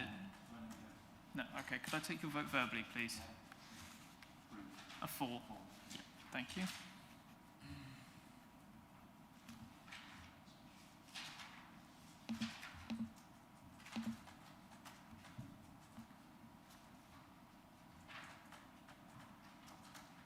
Thank you, Chair. All votes have now been received, so that is 7 votes for and 1 against, and the motion is carried. Thank you very much indeed. Thank you. Right, in that case, we'll move straight on to the item 7D, which is DC/21/02116, again, Wingfield Barnes, Church Road, Wingfield, Suffolk, and I will again invite the case officer, Mr. Bateman G, to introduce the application to the committee. Thank you. Thank you. So this one is also at Wingfield. This is the change of use of the granary this time, and it's from occasional residential use as it stands to Class E. I'll go into that in detail in a moment. Again, we are at Wingfield Barnes. This time we are at the rear of, well, more towards the rear of the site as indicated on the aerial photograph above. We already know this is an arts and a performing arts centre, and we already know this is entirely owned by the council at the moment. The granary is a traditional timber frame building with a brick plinth with pitch pantile roof again. Walls are weatherboarded again. We'll see those in the photographs in a moment. Originally converted to provide accommodation for visiting artists. It has since been approved for a day nursery as well, although I'm not sure that's been implemented. So this change of use is for the change of use of residential, occasional residential use essentially, to Class E. Just to go through the constraints, we are now at the rear of the Grade 2 listed building, wrong mouse, this one. That's the TPOs again, that's the Grade 2 star listed building, just to put that in context. And that's the building we're talking about this time.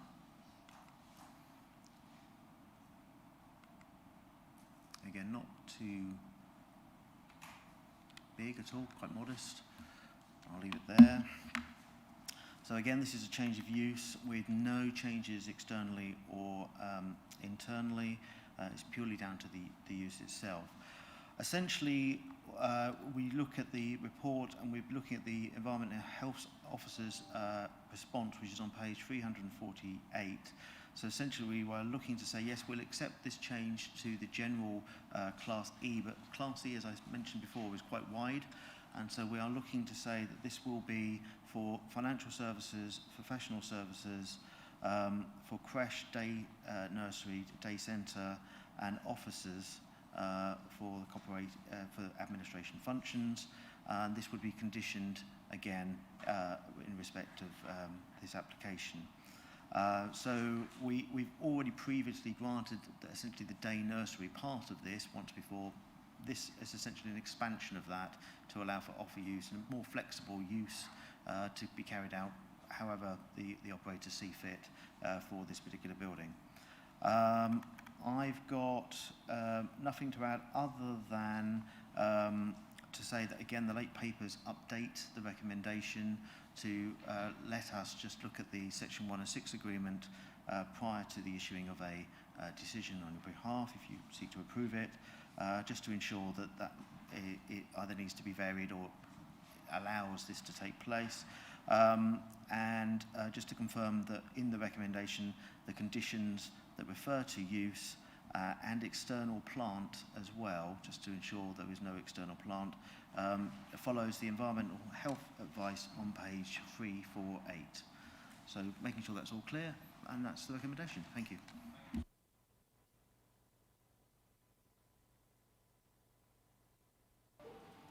Councillor Byrne. Yeah, thank you, Chairman. If I read this correctly, the present use was to allow artists in residence accommodation. I presume that means visiting artists, in other words, not necessarily permanently on site. Is there any other residential component in Wingfield Barns that would still allow for accommodation of artists in residence, or is this the only one? I'm sorry, I'm afraid I don't know. I don't know if there is. I think it'd be unlikely there is, but I don't think there is. Oh, thank you. Sorry, thank you. Do you know more about that? Chairman, yeah, just if I step in there, yes, this is the only, and it is quite unusual, it is the only accommodation that was created as for artists in residence. There is no other within the complex. Do any other members have any other questions? Councillor Warboys, please. I think this is the only facility for visiting artist residents in Mid-Suffolk.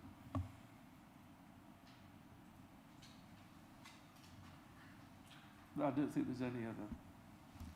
Obviously, visiting artists can use holiday accommodation that may be scattered throughout the district as well.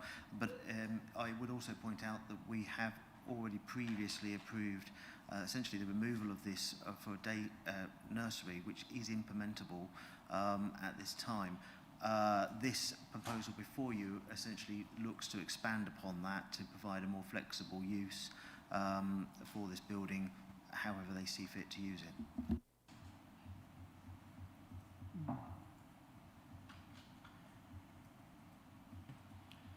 Any other questions from members? Councillor Byrne. Well, just so I can understand what this means,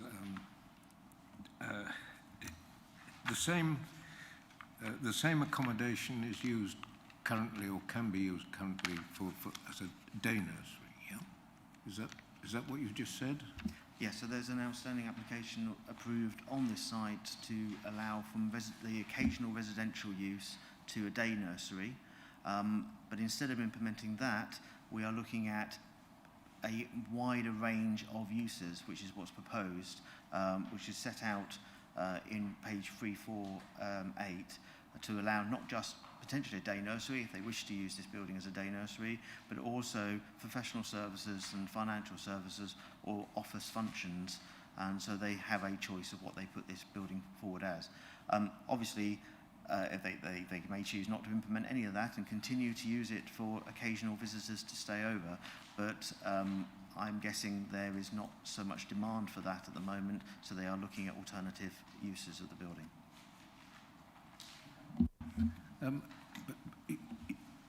Was I correct when I heard you say that instead of implementing the day nursery change of use, does that suggest that it's not yet implemented, or the need for it hasn't arisen? It has not been implemented, but this proposal would integrate the day nursery as an option. So with this proposal, they could go ahead with a day nursery if they wish to, but they also have a choice of going ahead with an office use or other financial services. So they are getting a permission that allows them to do more than the permission they got a couple of years ago that just says day nursery. Okay, but it would remove the ability to use it as accommodation. If they implement it, yes.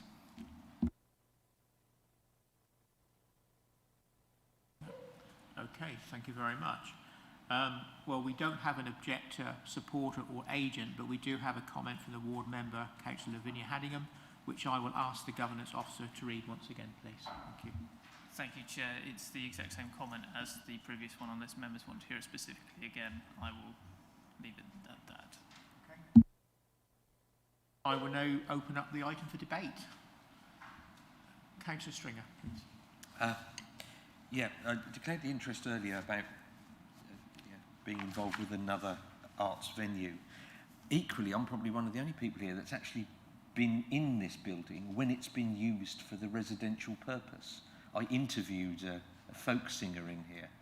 And what was interesting, I was speaking to a then member of the Wingfield board about this building to say, you have this building purely to, house an artist while they're having a performance here. And they said, yes, we do, and it costs us a fortune. So what they have to do is maintain this building, and it was being used probably 5 or 6 evenings a year, which seemed an awful stretch on resources just purely for that function. And it hadn't been used. I think we need to be sort of careful of the term artist in residence. Rarely does an artist in residence reside in the place they're artist in residency for. A number of organisations have an artist in residence that aren't in resident in that building. They live elsewhere, but they are called an artist in residence. I can see why this would want to be changed, purely because often now, if artists come to play or do whatever they do, they either, as part of their deal, get a bed and breakfast, or one of the volunteers or in the organisation house them while they're here. And it makes the whole thing more efficient in terms of what it costs. So I personally, again, don't have a huge issue with this and see it part of a potential diversification. The other issue about this residence accommodation here was it was also couldn't be made DDA compliant because the bed facilities are up almost a ladder to get to them, so they couldn't be DDA compliant. So I don't have a huge issue with this and would gladly move approval. Thank you, Chair. Mr. Stringer, Councillor Gould, please. I'd like to second the proposal. What this is essentially doing is to give the organisation there the maximum opportunity of generating revenue to support arts activity on the site. And they've been through some difficult times in the past where actually the prospect of there being no arts activity has been a reality. So I'm supportive of anything that increases the ability of this of the team there to continue. I mean, I would point out that this is probably an occasion where the provision of accommodation, as Councillor Stringer said, is far more costly. This is about the most expensive way of meeting a need. I mean, just across the road is for instance, the Delapole Arms, and I'm sure it'd be other pubs are available, by the way, but that I'm sure it'd be possible to come to some arrangement there were that to be needed in the future. But for me, this is a very straightforward and sensible proposal that we ought to support. Thank you, Chair. Does any other member wish to speak? Councillor Warboys, please. I don't really wish to get into an argument about what an artist in residence does or whether he wants to live on site or work on site and take advantage of the context of the exhibition space and be accessible to members of the public. All these things an artist in residence can do and actually live and work on the site. He may just visit the site and stay in the pub opposite and work in the garden as well. And perhaps the fact that the building hasn't been used as an artist in residence site is that may reflect on the fact that there isn't an artist in residence programme, but that goes beyond the planning matters. I think I don't feel I can support this. I think we are diminishing a public asset. I do remember when this Wingfield Arts was set up, it was an idealistic approach, yes, it was supported by the Arts Council, and for many years it worked very well as a premier site for the arts. But since the Arts Council withdrew its support, it has changed. I think we're losing a site that's got potential for future development. It's very close to Eye is growing as a community, and I think there may well be future needs. I do appreciate that the current climate may think that the sort of use of the buildings for office space and rented out as office space may bring an alternative income stream in. But the other side of the coin is that the arts have always needed support. They don't just happen, they're not necessarily immediately commercially viable. They are there as an investment in the community, if you like. So I don't think I can support this. Does any other member wish to speak? No. Okay, thank you very much indeed for that. Well, I've listened to the debate and I totally respect all the comments that have been made by members, but I tend to agree that with certainly the clarification we've received from Councillor Stringer, these venues are probably quite difficult to, you need to get income in, etc. So I am therefore in favour of this particular development and I will be voting for it. So therefore I would now like to, well, the actual recommendation is as we had for the previous application, in which case I will ask the Governance Officer to conduct the electronic vote, please. Thank you. Thank you, Chair. So the recommendation now reads that application DC 21-02116 be approved as detailed in the updated officer recommendation, which includes the points as detailed in the table papers, which apply to both. So I will now start the vote for members, and I will also ask Councillor David Byrne, can I take your vote verbally, please? I'm against. Against. Thank you.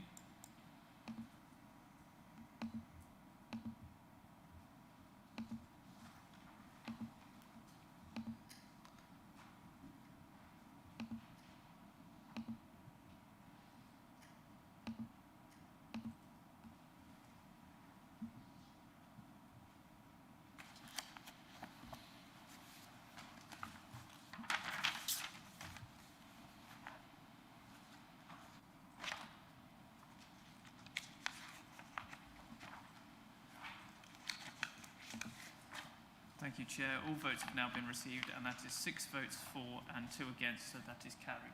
Thank you very much indeed. Well, thank you everybody. That's the end of this morning's session. We have 2 applications to consider this afternoon, and we will resume in the chamber at 1400 hours. So thank you very much indeed for your time this morning.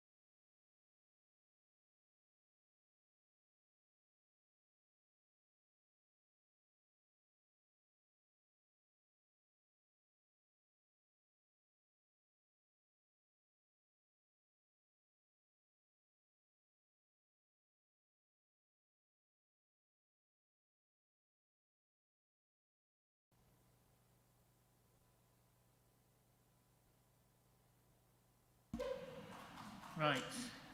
Good afternoon, everybody. Welcome to this meeting of the Development Control B Committee.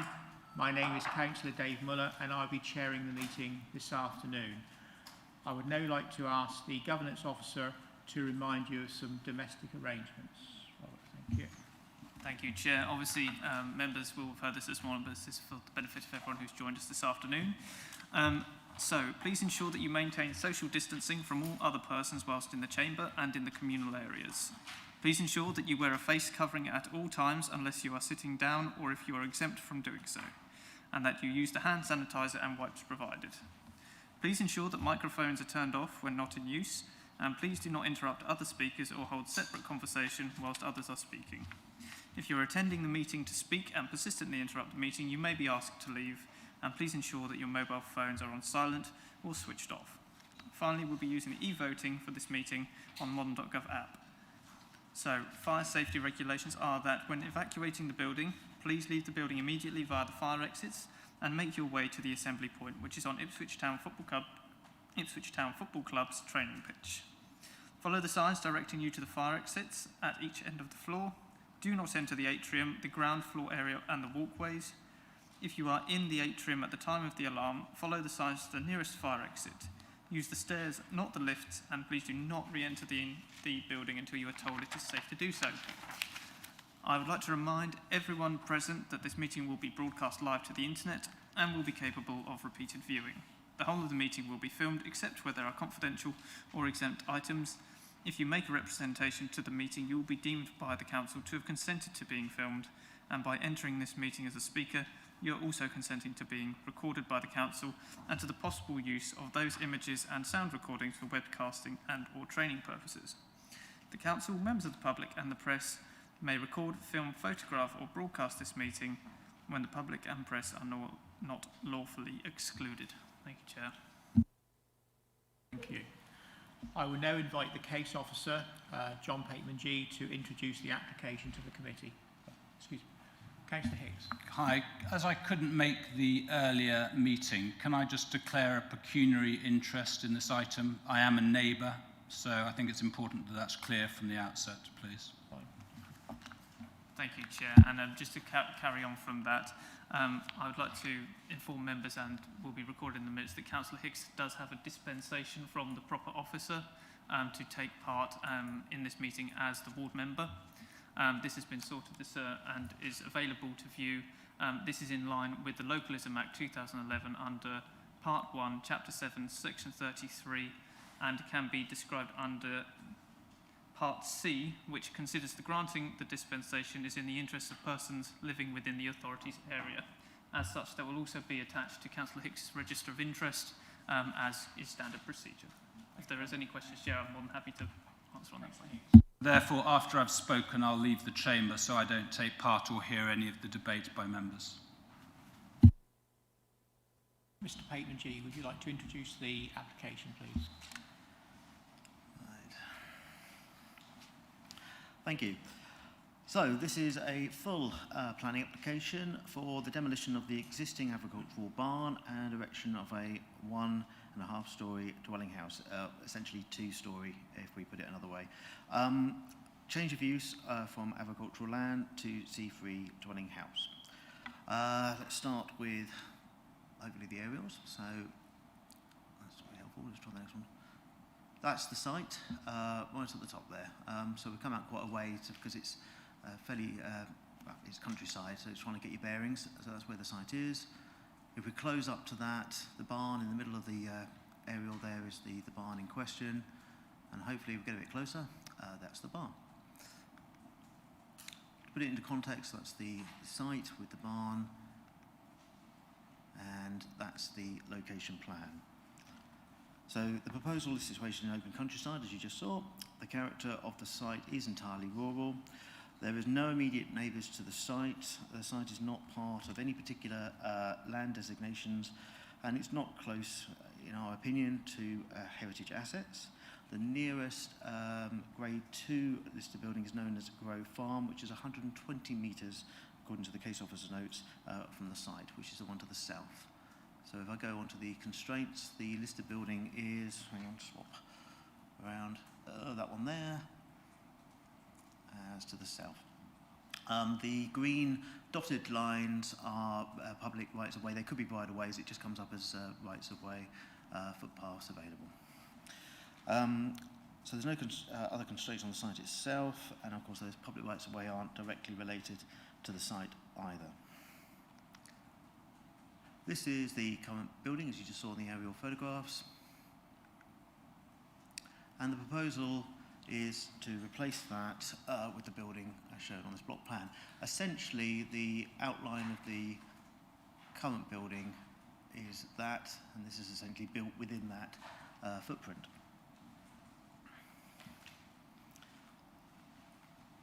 So here we are replacing the existing barn with what we refer to as a modest new dwelling.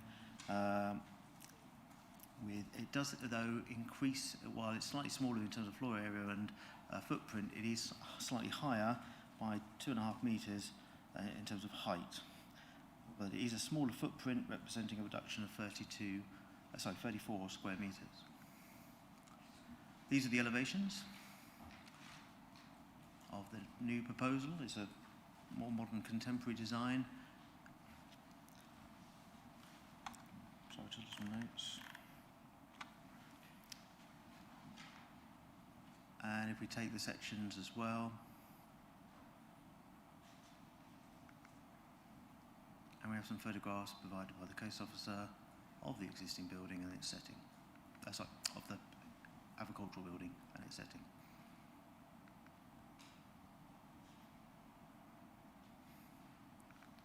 Oh, that's it. I'll go back. I'll leave that on the block plan for now.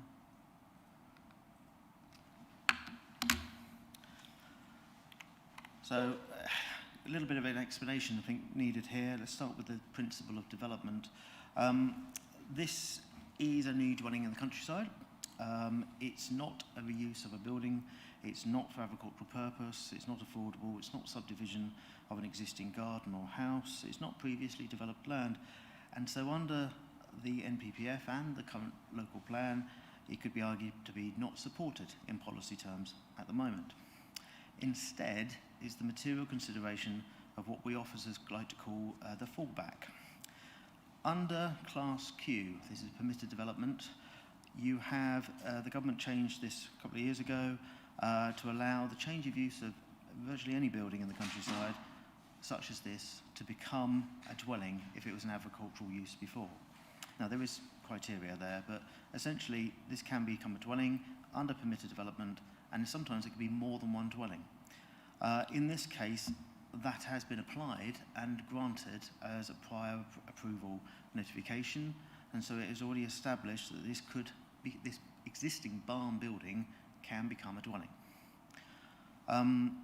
Now, when you consider the criteria for permitted development rights that the new procedure allows for a couple of years ago, essentially sustainability is not a criteria of that provision.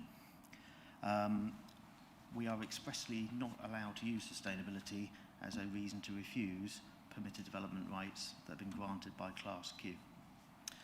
So there are criteria that does apply: highways, biodiversity and flooding, but and of course you're not allowed to extend the existing building, so you can't make it bigger, but essentially this building has already passed all of that criteria and has been given prior approval to be a dwelling. So that is the material consideration, that this has already been given that consent. So for the purposes of the planning application before us now, we have the principle of this being approved as a dwelling as a significant material consideration. Appeals have upheld this approach, and we now have many approvals in the district and the country for replacement of such buildings with new dwellings instead. So once Class Q is established, you have the establishment of the principle of residential use, and then you come in potentially with a replacement. Now in Mid-Suffolk, we have upheld the idea that any such approach on that basis should not enlarge the building that was there, and we've maintained good practice in that respect. and this one doesn't. This doesn't enlarge what's there in the context of that judgment. Anything that does come along that's bigger than what was there before, we then feel that the sustainability argument can engage. But in this case, we don't feel that's appropriate because it's not got bigger. Now, I appreciate the Class Q consideration may be a new element for consideration for some members, and hopefully that explains it. Normally, something of this nature, less than 10 houses, would be a delegated matter, and I suspect this doesn't come up that often with members. If you need any more information on Class Q, I will try and answer the best I can. In terms of the current building proposal before us, it would have some visibility within the public realm along the roads of Suffolk Road and Horham Road, but due to the modest scale and appearance, the presence of trees along the two roads, and even with the height increase compared to the existing, it's not considered intrusive to the landscape to warrant refusal. The design is more contemporary. However, it maintains, in our opinion as officers, a rural style and character, and is not considered to appear offensive or harmful to the visual amenity of the locality. In terms of heritage impact, our heritage team were consulted as part of the process and do not have an objection in respect of nearby heritage assets that have been recognised. And in conclusion, we do not see that there is any harm to residential amenity or access, and on balance the proposal is considered to be one to approve based on the material considerations of the previous Class Q. I will add that the recommendation before members in their papers, there is one condition missing, and I would like to add that, which is the removal of permitted development rights for extensions and alterations. So I would like to add that to the recommendation before members, and the recommendation is one of approval.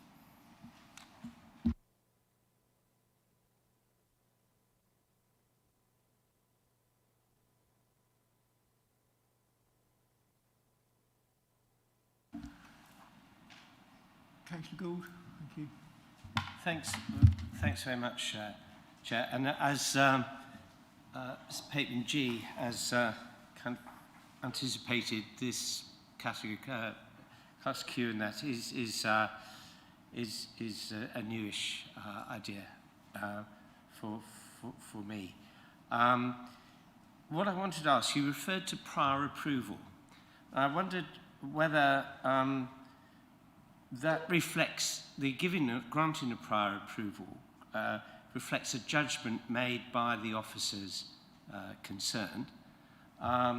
If they are making a judgment as opposed to really having no choice because of the nature of the thing, but if there is a judgment made by officers, does that effectively limit the discretion of this committee? This application before you is an application in its own right, so let's set that aside for a second. The application that's been approved at Class Q, so what we do is we start with the government decided that change of use of barns such as this in the countryside to dwellings is permitted development. And then when they decided that, they said, right, it's permitted development, but there is a process you have to go through, which is called prior approval. So you have to send a prior approval application to the local planning authority for them to look at. And in the judgment of that prior approval application, we have a criteria to judge that application. Sustainability was expressly taken out as a criteria for us to judge by the government. Ultimately, they are promoting the reuse of redundant buildings in the countryside. That's the idea behind it. A number of the criteria remain: highway impact and safety, flood, biodiversity interests, and others. But it's limited than if it was a normal planning application. There is also criteria of what qualifies as a building that can go through this prior approval process. The building must have been used I'm not going to go through all of them, but it must have gone through, it must have been an agricultural use previously. It can't be a listed building. It can't be extended, and it also has to stand up. So essentially, it's not a case of it collapses. It has to prove that you can convert it. That said, in some appeal decisions, the building is literally stripped down to girders, and that's still considered to be okay. But this is a case law argument more than anything else in terms of the judgment of when is something structurally sound. So we have to go through that process, and in this case, we have gone through that process, and we have granted the prior approval to allow this building, as it stands, to be converted into a dwelling. So that can happen whenever they wish to get started with that. Ultimately, that then stands as a material consideration for the dealing with this planning application. Okay, so we already know that a house can be here. It can be the conversion of what's already there on the ground, or they knock it down and we accept this effectively revised proposal, if you like. But the process is a slightly different. One is obviously a prior approval process that gets them to that stage. This is a planning application that should be determined on its own merits. But thanks to various case law appeals across the country, and including our practice here, there has been the acceptance that once you've got the prior approval, you've essentially got the principle of residential use. And so the planning application needs to bear that in mind, and that's what we've done here. Yeah, I just want some clarification. I think you said during the presentation that the proposal is 2.5 metres taller than the original building, yet it is no bigger. Well, I struggle. Surely height is part of its, use a mangled my English language, bigness. I don't get how, if it's taller, how it's not bigger than the original proposal. It is, you're correct. It is a bigger, in terms of height, it's a bigger building. By 2 metres, I think the case officer's notes were. I can measure it if you like. But obviously, compared one to the end to the other, this is taller. We know that. We've taken the stance, because prior approval allows you to convert a building to a certain floor area to become a house. So that's where the PD comes in. When we deal with a planning application, what we don't want, or what we decided as officers a couple of years ago, is we don't need to suddenly see small little barns suddenly becoming 7-bedroom mansions because they go from one floor space to X floor space. So we said, well, actually, they have permitted development essentially for a certain floor space. We should limit it to that, and anything that exceeds that floor space, we then feel that it is justifiable to start to argue the sustainability argument once more. We can't argue it with the floor space as existing because the prior approval process takes us out of the equation for that. But for anything more, we believe we can justifiably say this is not in the spirit of the prior approval process that the government set up. So when we look at these, if they are similar or smaller in floor space as they come along as replacements, essentially, we have found that to be a good practice. There is nothing in law to say it can't be bigger, but we've established that in this council as a guiding principle to say that we shouldn't be looking at an extension of what prior approval allows as floor level, floor space. Does that make sense? Yeah, but it just begs another question. Right. You said that there was a certain amount of permitted development for floor area. It didn't. It sort of, I won't say limits the floor area, but constrains the floor area. So within that permitted development, then there's no constraint on height, because using the same logic, I'm thinking you could build a building now that's 4 metres square, but 80 metres tall, and it would still be permitted. This is the planning judgment at this point. Ultimately, the prior approval deals with the building as existing, and that includes height, width, depth, the whole lot. This is, in its own judgment, a new dwelling. Does the height cause harm to the locality in terms of its rural, character, harm, and so on? If you feel the height of this proposal is detrimental, and to the point where we think we could warrant refusal, that is a judgment for you to make. We're saying, yes, there is an increase in height. we don't think it's by much that makes a big difference in terms of this locality. You may feel differently, obviously, as members, but your officer's opinion is we don't think we could park a refusal on that issue solely, and we don't think we need to go further down that road. Okay. Ask any questions? Councillor Mayor, then Councillor Gould. Just slightly confused, really. The application is considered controversial, but the original approval, should that not have been considered controversial as well? The other wonderful addition to the procedure of prior approvals is if we don't deal with it in a certain time frame, they get approval by default. So therefore, we don't have that mechanism in place to come to committee, because by the time it got to committee, it would have already been approved. So we can't deem something to be controversial in respect to prior approvals, or, well, it's very impractical to do so. In respect to this is a planning application, so we don't have an automatic approval to worry about. We are just dealing with this until we've dealt with it. And of course, in this case, the word controversial is simply down to the point about the surrounding ownership of this site, conscious in the public interest that there are public members that are a part of, well, we know, a part of this.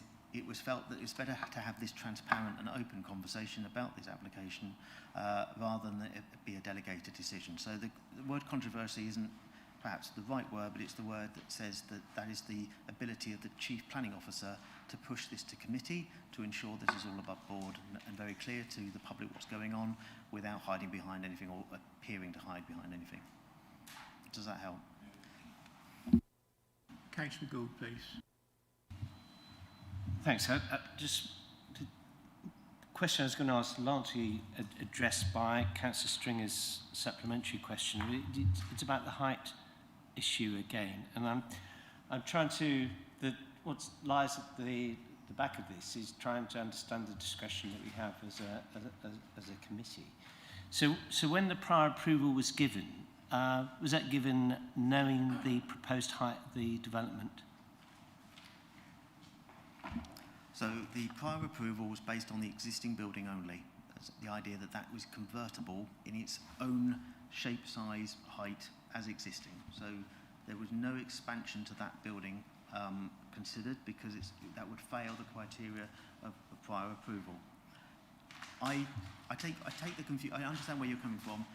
We as officers have taken the point about floor space. Should we have also taken the point about height? I don't know, but I think we would struggle to find the harm in the judgment of height. And then that's a planning judgment, I'm afraid. I'm probably not making myself very clear. The trouble here is this is a situation that's been developed out of case law after the event of the setting up of the prior approval, and we've made a planning judgment that we'll seek to defend ourselves over floor area, but the appeals that we've seen have allowed very different designs to come forward to the original barn that was there in the first place. Right. I mean, for experience of these committees, very often the height of the building seems more of a factor in terms of impact on landscape and surrounding than necessarily the floor area.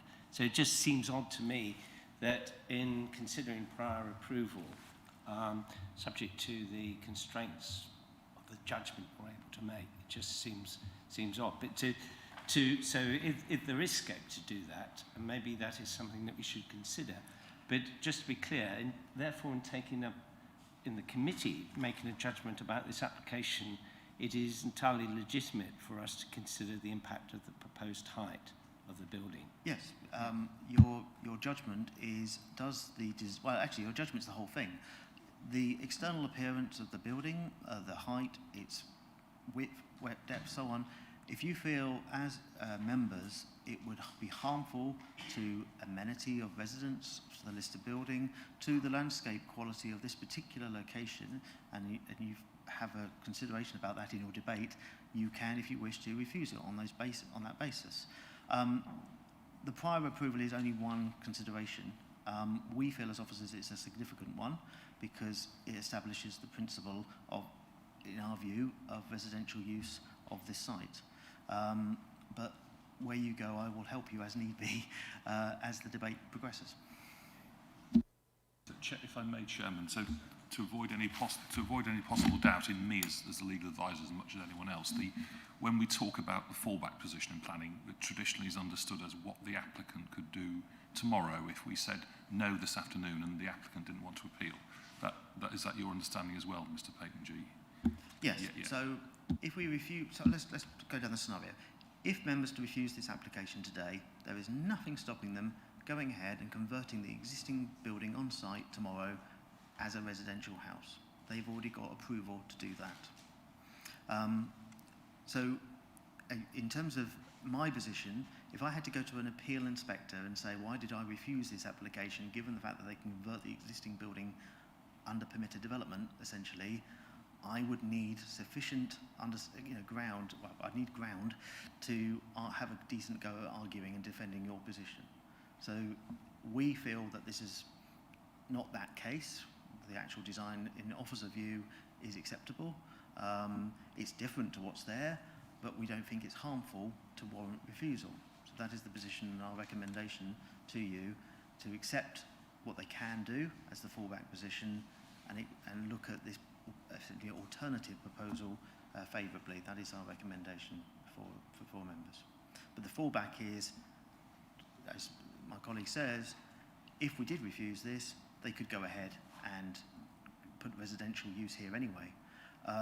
Equally, if we did refuse this, they can go and appeal this decision. They always have that option. And if I may, Chair, again, the fallback position precisely involves the reliance on implementation of the prior approval, which would result in a building of no higher than the existing barn. Yes. And with the same dimensions and scale. Yes, so the fallback position, though, is the existing building.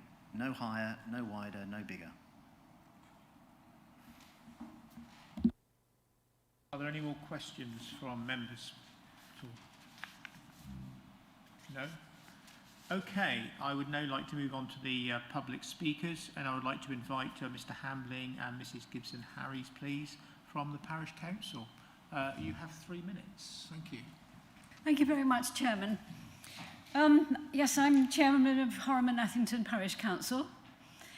We, as a whole parish council, have been down to look at the site on 2 occasions. We've spoken to both parties, the parties that are proposing and those that are objecting. And we did at some stage, on the recommendation of the parish council, ask the 2 parties to get together to talk about the bits that they felt were unacceptable to them and how that could be resolved. We hoped that that had been the case, but presumably it hasn't. We're a small village. We're between Eye and Stradbrook, so we're between 2 larger villages. We do encourage people to come and live in Horham. It would help us towards keeping our shop, getting our bus reinstated and so forth. We do need more people coming to live in the village that would make us more sustainable. We feel that the applicant has done everything possible to make this particular application acceptable. As a parish council, we've got various people on our parish council, builders and people of all walks of life. We've looked at it from every angle, and we would be very happy to see this building go ahead. We do understand that there are some reservations about height, presumably. This is the first time that I've heard the height brought up, I have to say. But if that's so, presumably it could be worked on. But I don't want to see 2 really nice people that have tried their very best to come and build and live in Horham, made unwelcome and unsatisfied by their efforts to come and join us. Horham and Athelington Parish Council would like to add their stamp to the fact that we approve this application. Thank you, Chairman. Any questions for the ward member, please? Or rather the parish council, sorry. None? Okay, thank you very much. I'd like to now move on to the applicant. applicant agent, Mr. McGarry and Mr. Hughes. I'll just wait for this to... Okay, yeah, you have 3 minutes. Yes, if you could press the button, please. That's it. Oh, no. Okay. Okay, it's a once-in-a-lifetime opportunity for us to build our own home. So we wanted to ensure that it was the best designed and most sustainable home we could achieve, fitting lightly in its landscape, so we engaged with an award-winning local architect. Good afternoon. We've taken great effort with the design of the house that sits well in its rural surroundings. We've developed a scheme in close consultation with the planning department over the last 6 months. The scale of the building is smaller than the Class Q approval, and the additional half-storey allows a smaller footprint to incorporate a garage and keep the domestic paraphernalia, including cars, behind the house, away from the meadow. The additional height is modest, we've talked about that a lot, and we don't believe it would detract from our neighbours who are more than 120 metres away. The proposed building materials draw on the features of the existing barn, with grey weathered timber cladding and large windows in the east elevation mirror the openings of the existing barn. Dividing the house into 2 volumes with a single-storey link reduces the overall visual impact of the building compared with the existing monoblock form and allows greater opportunity for natural lighting in a narrower footprint. The building is an area of countryside scattered with homes and agricultural buildings which all spill light across fields and through hedgerows. Our proposal and the approved Class Q design will create light, but we will minimise this with shrouded light fittings. Sustainable design is important to us as a practice, and with Giles and Kirsty we've developed a scheme that can meet the future home standard. We've summarised some of the proposed measures on table paper 3, which has been circulated, I believe. Care has also been taken with considering the landscaping. The plan includes planting more than 50 trees, along with traditional Suffolk hedging to boundaries. The garden curtain is drawn as 0.6 of an acre, retaining 90% of the meadow in agricultural use. We agree with the planning officer's conclusion that our design is an aesthetic improvement on the Class Q approval and would not impact upon neighbouring residential amenity. We consulted with the neighbours early on to understand their concerns. We tried to accommodate these concerns and engaged in a very constructive pre-app process with the planning department. Prior to submitting our application, we presented our plans on site to our neighbours and later to the parish council, who were very supportive and liked the new design better than the approved Class Q scheme. We're really very grateful for the support of the parish council. Thank you very much indeed. Do we have any questions for the applicant stroke agent at all from members? Councillor Stringer, please.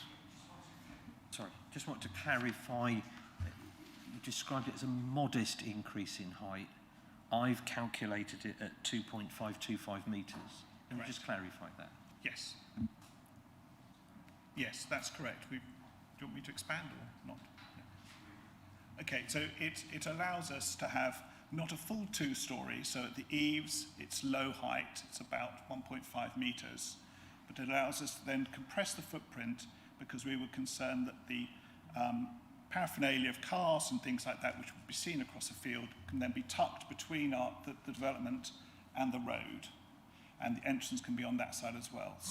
So the view of the building from across the field will be unencumbered by any paraphernalia, which I know that is often of concern. So that's one of the prime movers for changing the form of the building.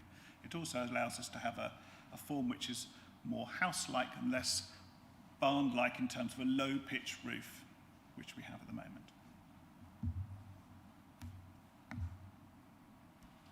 Thank you very much. Do we have any more questions? Councillor Warboys, then Councillor Mellon, please.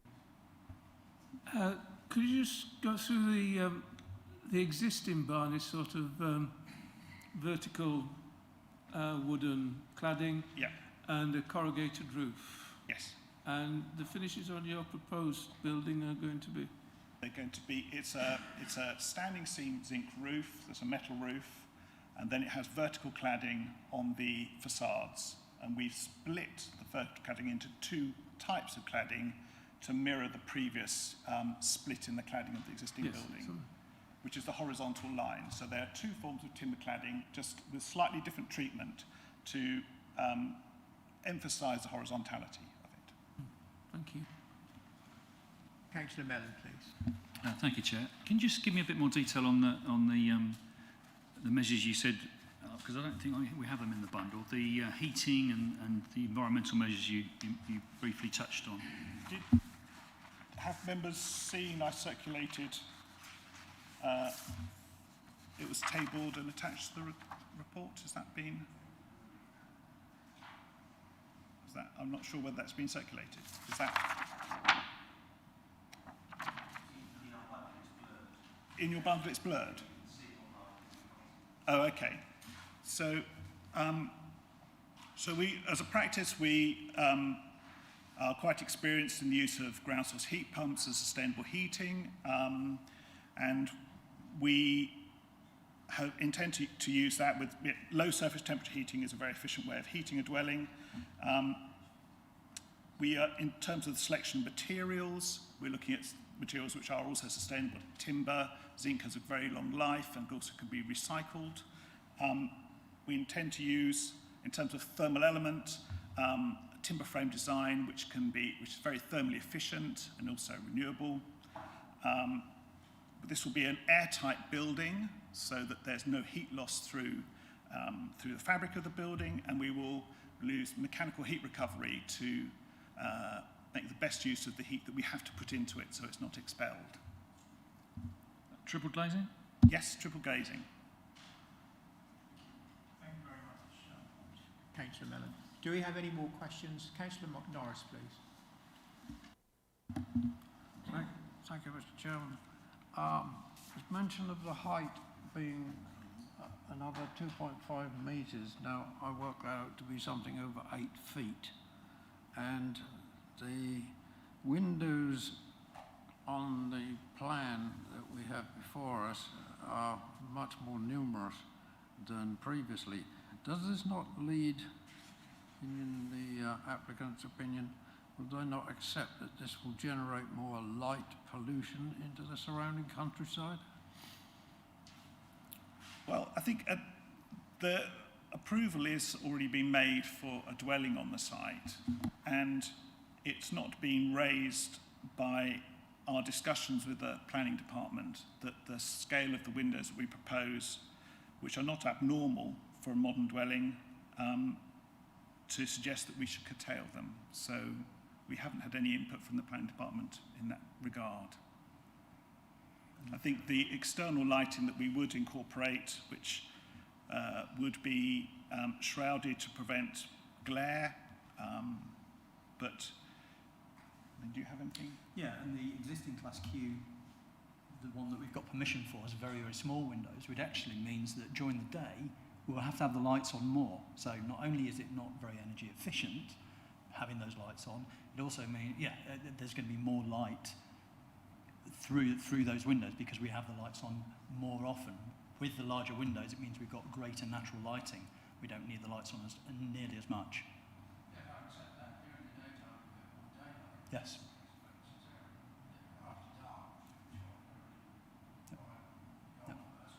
More light spillage, not more light pollution.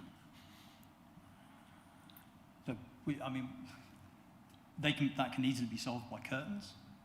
People have curtains and so on, so we can have that. Also, because it's in 2 blocks, actually there's 2 of us. We're going to end up living of an evening in a much smaller footprint than the existing Class Q. The Class Q is an incredibly open plan, which means that light in one area of the house will be switched on, and doesn't matter which window, it will come out of those other windows as well.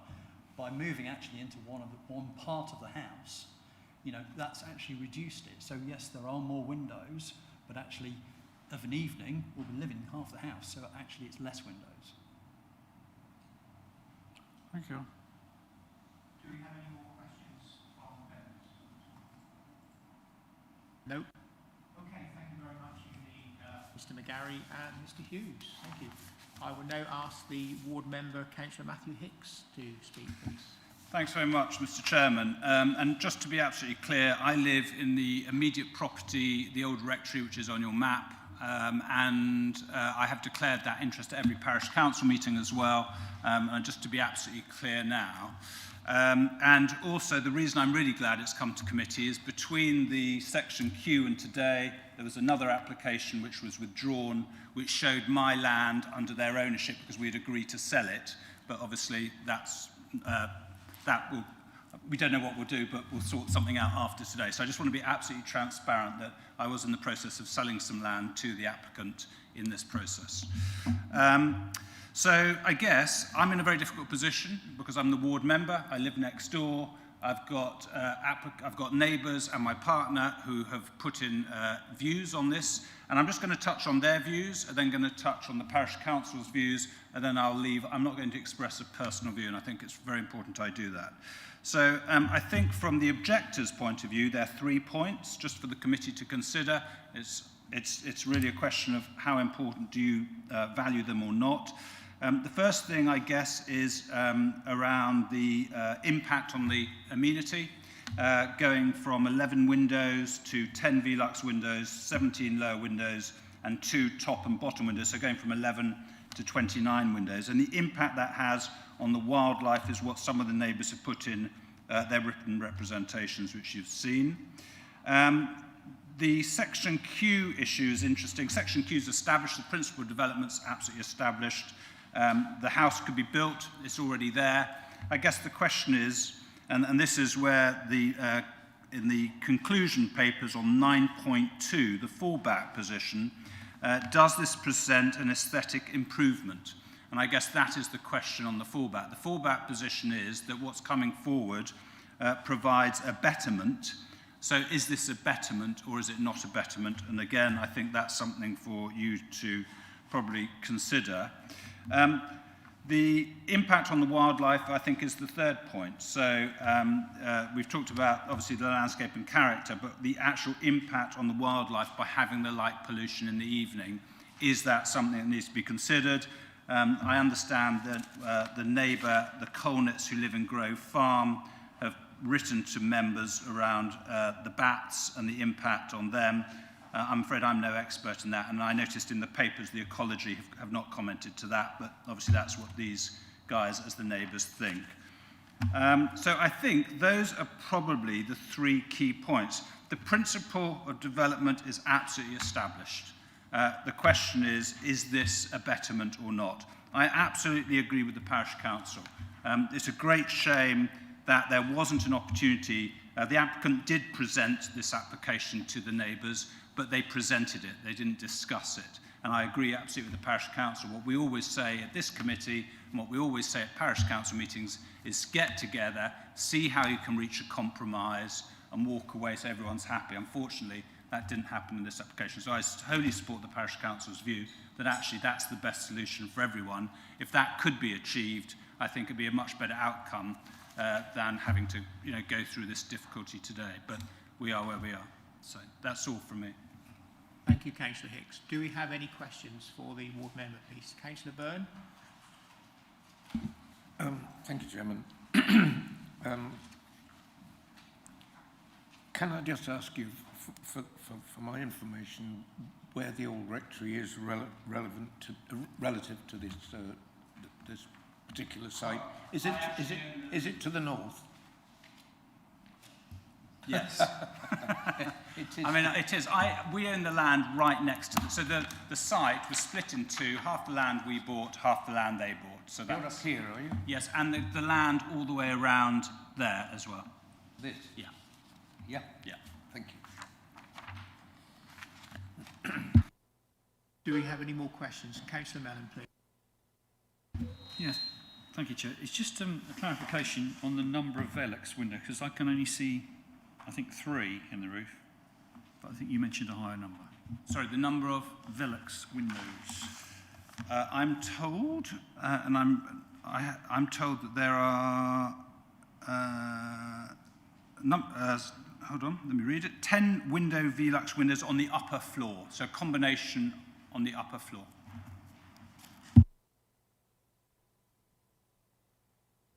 Can I just ask? I thought of a pertinent question to the applicant that's just suddenly dropped in my... Am I allowed to ask that? It's a technical question. Yeah. Under the Class Q, to have converted that building to residential, would the foundations need underpinning?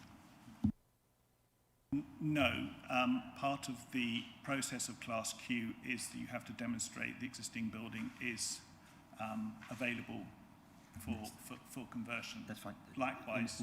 No is sufficient. The second part to that question is, will this new building need new footings? Yes, it would need new footings, but Class Q could also have more windows. Can I just say, looking at the drawing, it looks like there are only 3 Velux windows rather than 11, so I think we've just got to be clear on how many windows there are.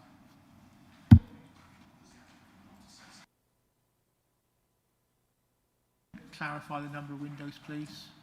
Thank you. 3 Veluxes in the roof. Thank you very much. Do we have any more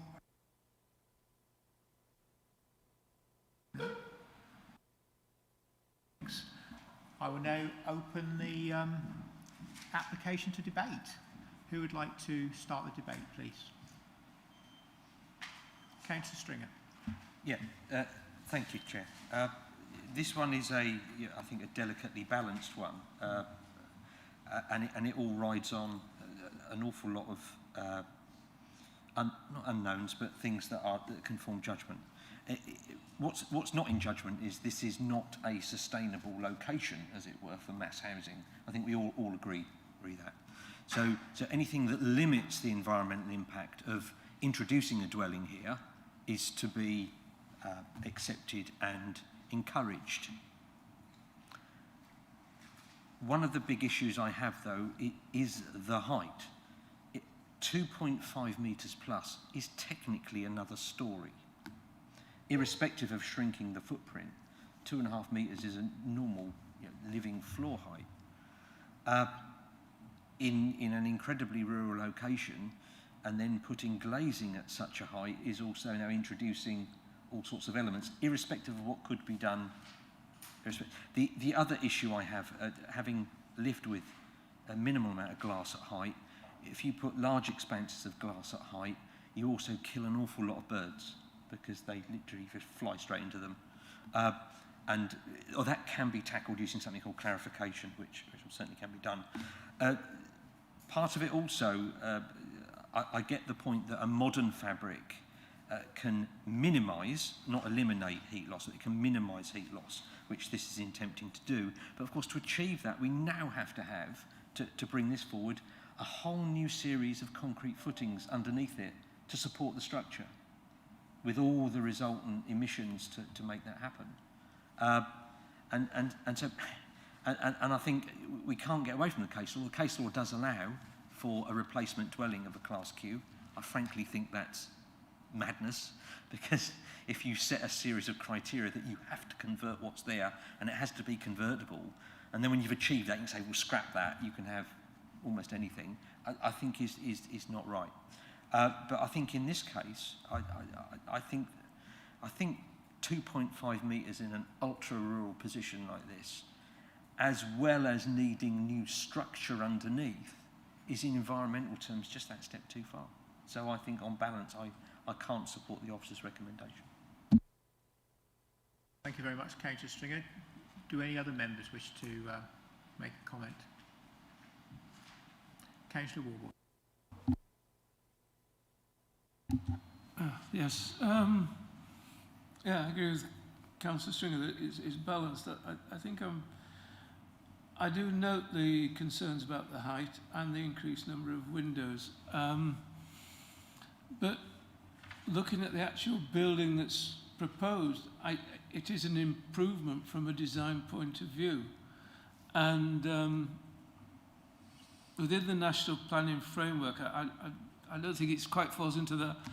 There is a comment about outstanding design being allowed in isolated rural settings. Now, I'm not sure this is quite outstanding, but it is an improvement in design terms. It is higher, yes.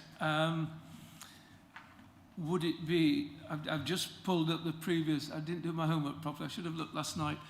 I've just looked at the section Q. Is it an improvement as a living space over the open plan monolith shape? I think yes. I think you've got a much more interesting interior, and probably from an environment point of view, more energy efficient. It does address the detailing on the existing building. It does repeat that. I think within the papers there's guidance about light levels from place services, which I think probably we should make a condition that we've got this wildlife sensitive lighting scheme, though that the applicant has actually sort of already put forward that they're very sensitive to that already. So, and again, looking at the setting from the road, you've got a monolithic shape quite low, which is virtually screened by existing trees. This would come above it to 2 meters tip, so that's sort of what, 10, 11 feet. I think it is an improvement in design and a better building for people to live in. So I'm tending to come down in favour of the design. Thank you, Councillor Warboys. Councillor Norris, then Councillor Byrne. Thank you, Chair. Like Councillor Stringer, I have quite a number of reservations about what is proposed. I mean, to me, this appears to be quite a dominant structure in an isolated position. I question why it needs to be another 2.5 metres taller and require, obviously, considerable footings to support it. To me, it is a step too far, and I am not in a position to support this as it stands, but I'll listen to the rest of the debate. Thank you. Thank you, Jim. I completely agree with Councillor Warboys. The aesthetic is very much an improvement over the fallback position, and I do believe that the this preoccupation with height is a little bit of a red herring, because the fallback height is 2.5 metres less, and of course it is because it's a cattle barn. I would not like to see what would effectively be a bungalow on this site. It wouldn't make sense in this location. So the height does not seem in any way to me to be disproportionate to the rest of the building. Yes, there is the potential, because of some very large windows on, I can't see which, on the east elevation, okay, which is the roadside elevation, yes? The other one, overlooking the fields. Okay, thank you. Then that's less of an objection in that case, because if it was on the east side, it would potentially interfere with foraging bats, etc. On the, sorry, if it was on the west side, foraging bats, but if it's on the east side, that's less of a concern. That doesn't mean to say that bats won't forage on the east side, but we did hear from the applicant that it would be possible to screen those windows during hours of darkness, and I would I don't know whether we could possibly condition that they should have some form of screening on. I doubt it, but if it were possible, that I would like to see it, particularly on those windows there. I don't think the windows, second story windows, are likely to be of any concern. They are under the 2.5 metres, or substantially under the 2.5 metres. So I can't see anything really to complain about with this particular application, and I would be, well, I'll leave it for other members to have their say first if they want to. Thank you, Councillor Byrne. Do we have any other members that wish to speak? Councillor Mayor, please. I think much of what I'm going to say has already been said, but just trying to pull things together. I do find it galling that the government has come up with a system where one can have a barn, one can get the Class Q applied, get it converted, and now we're looking at rebuilding. You know, if I'd gone for a planning permission for the house in front of us, it probably wouldn't have been approved. But that's not what we're looking at today, however upsetting or galling I may find that. What we're looking at is a very well-designed building, I have to say. I think it is environmentally sound, it fits its landscape, and is the height an issue? Well, it's not an issue for the parish council. So I take guidance from that, and I don't think that's relevant. I think it is actually a good design, and I will be supporting this. Thank you, Councillor Mayor. Do we have any other questions at all? Councillor Mellon. Yeah, thank you, Chair. Just a clarification, in the officer's recommendation, we've got 8 bullet points. The fourth one is biodiversity mitigation and enhancement measures, conditions as recommended by ecologists. This is on page 364 of the bundle. Can I just clarify, does that include the recommendation from Place Services of a wildlife sensitive lighting design scheme? Yes. Can I take an opportunity here, if I may? I think I'm going to apologise. I didn't appreciate that this sort of application comes along to officers at a fairly regular rate, and I didn't realise this was essentially the first one of this nature to have come to members, and I think we've probably not prepared members sufficiently in that respect to understand the policy and procedural context, and so I will apologise on that basis to start with. I will also say, though, the process of prior approval is, now this is hard to say without being personal, it is problematic for officers to deal with because it does limit what they can impose quite significantly. So in many respects, the planning application actually allows us the wider considerations, e.g. biodiversity and sustainability factors that we cannot deal with the prior approval. So in many respects, the conditions that have actually been placed on your recommendation are far in excess of what we could have done with the prior approval. Now, that's not to say they can go back and to deal with the prior approval and build that. That's fine, that's an option. But we are taking the opportunity to at least apply the policies of the council to a planning application that we can't apply to the prior approval. I think I'll leave it there before I ramble too much, but it is a difficult balance because of the mechanism that has been imposed, and I do apologise that we didn't give you a sufficient briefing, and perhaps that's a point for training as well, that we need to go over that more pragmatically. But these things don't come up to committee because these tend to be only 1 or 2 houses. Yeah, thank you, Chair. Thanks for the clarification as well, Mr. Patman-G. Yeah, Class Q, I think is very well known in the farming community. I did attend a seminar where I saw a number of landowners rubbing their hands together at a farming conference a few years ago.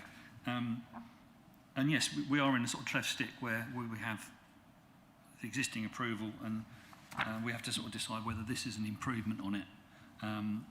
The height, yes, is an issue. Obviously, the volume of this intended dwelling is much smaller than the barn. So it's a sort of balance of one against the other. But I think there's enough in this design for me to vote in favour of it. Thank you, Chair. Thank you, Councillor Mellon. Councillor Stringer, please. Yeah, just wanted to slightly just re-rehearse the position I had earlier. Just to make members aware about environmental impacts and how, just to try and balance out that there will be some environmental efficiency possibly gained from the new structure that possibly couldn't be gained from the previous structure. Having said that, that was the point of Class Q.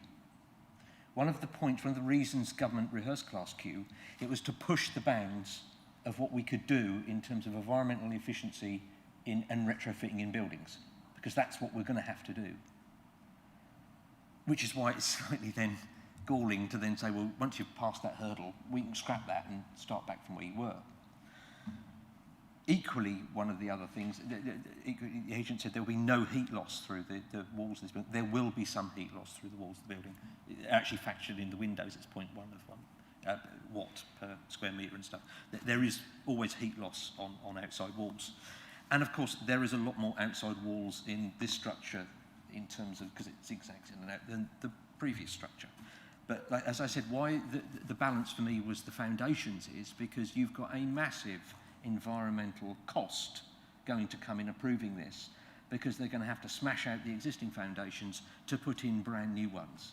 And that will be several cubic metres of concrete, which you wouldn't have to do if you retrofitted the existing building you've got, which has an existing impact in the landscape that will not be increased other than the possible introduction of glazing and lights. But that was also one of the reasons why this was supposed to be a challenge to architects to then see how you can find solutions to these interesting buildings that are in our countryside. And there has been some incredible things done with even grain silos to bring them up to modern regulations and turn them into homes. So that's why it's on balance for me. I get the design, quite like the design. If it was a new house inside a settlement boundary or for a key worker or what have you, quite good. But for me, it's that radical height. I mean, it's more than half the existing height of the building being added onto it again. I personally think that is a step too far, as well as the environmental impact of all those brand new foundations that will have to be put in, that you wouldn't have to if you retrofitted the existing building. That's all I want to say, Chair. Thank you. Councillor Gould, please. Thanks very much, Chair. And I think I'm in the same place as the majority of the committee here in terms of this is a good design. I like the design. I like it's notwithstanding what Councillor Stringer has said about the impact of requiring the foundations. In other respects, the environmental credentials of the building seem very considerable. I am bothered by the height, light aspect of this, and anything that can be done to mitigate that. I'm not sure I agree with Councillor Byrne that it's a red herring. Herrings, red or otherwise, not one of the species likely to be impacted by that. By the light pollution, but I am bothered by that, perhaps more than some colleagues. But taken in the round, and I'm particularly guided by the views of the parish council here, I would be happy to support this proposal. It is a good design, and the point that the chair of the parish council made about encouraging people to move in to benefit the future of the village, I think is a considerable point. So I'm happy to support this proposal, the officer recommendation. Thank you, Councillor Gould. I'd like to have to say a few words myself now. I've been very interested in all the comments that have actually been made about this particular application, and I was heartened to hear what the parish council say. It is so important that we support local communities, and as Mrs. Gibson-Harries mentioned, there is a shop in the village. Is very keen that's of use to the local residents, etc. That helps support the village, etc. I do take the point about the height of the building. I do believe everything is being done to make sure it's as energy efficient as possible, bearing in mind we have announced a climate change emergency, and I do genuinely believe that it satisfies paragraph 126 of the National Policy Planning framework. So I personally will be supporting this application. Thank you. So we've had a proposer from Councillor Mellon. Do we have a seconder, please? Councillor Warvoice, thank you. And a seconder. Does anyone else wish to speak before we sum up? No? Okay. I will now ask the area planning manager to read out the proposal on the table before we go to the vote. Mr. Pateman G, please. Just so it was as recommendation in your papers with the addition of removal of PD for extensions and alterations, but there was a point about windows and bird impact. Is that part of this now? A scheme to deal with that?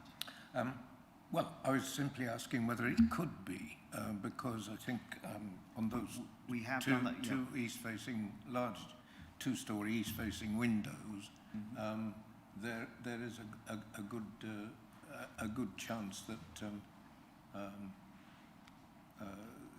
birds may strike those windows, and I think it would be probably a good idea to try to condition, if it were possible, that they are obscured in some way during hours of darkness. We have before put forward a condition that essentially says a scheme to be agreed for the prevention of bird impact. I'll be honest with you though, I've not seen what's come back for those type of conditions, but we have done that before in committee in my memory in the last couple of years. So I'm happy to add that, but we would have to explore with the applicant to what extent we can find solutions and to what we agreed. Okay. Happy with that? Yeah, I mean, I think whatever can be done to mitigate bird strike within conditions would be great. Yeah, just its technical term, I believe, is called clarification on the glass. It's where you get two pieces of glass often opposite each other, and during daylight, a bird will not see the big sheet of glass. It will see the smaller one beyond, and it will come crashing into that. This very building has the same problem.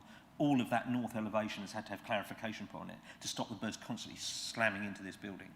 So equally, that happens with glazing at height that has another piece of glazing behind it. So if that can be addressed with a condition about a scheme of clarification, that doesn't mean verbal clarification, that means clarification of the glass. Could I now ask the governance officer to go to the electronic vote, please?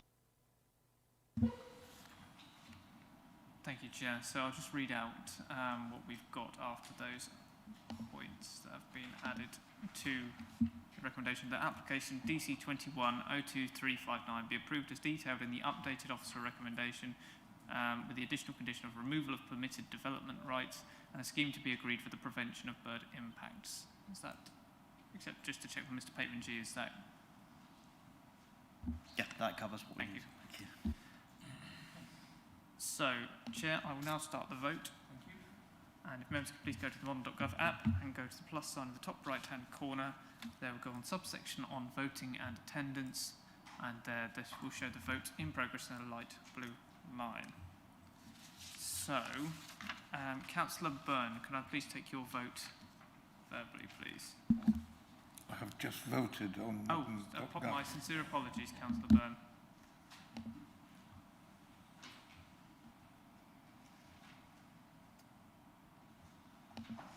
Thank you, Chair. All votes have now been received, and that is 6 votes for and 2 against, so the motion is carried. Thank you very much indeed.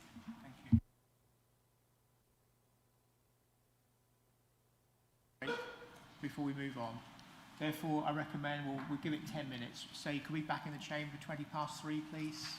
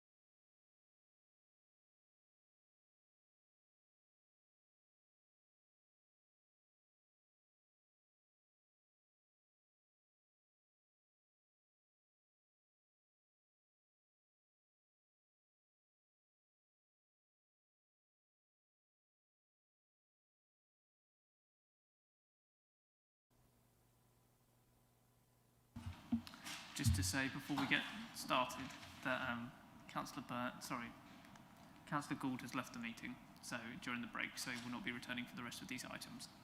Thank you. Thank you very much. The final item today is item 8B, DC 2103600, Gainsborough Road Car Park, Gainsborough Road, Stowmarket, and I'd like to invite the case officer, Alex Scott, to introduce the application to the committee. Over to you, Alex, please. Thank you. Yes, thank you, Chairman.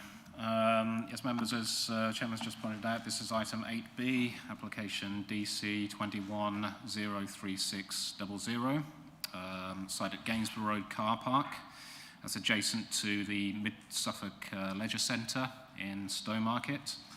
And the application before you is the construction of 8 solar PV carport arrays, that is solar panels above carports, and it includes the relating battery storage and 5 electric vehicle charging points as well.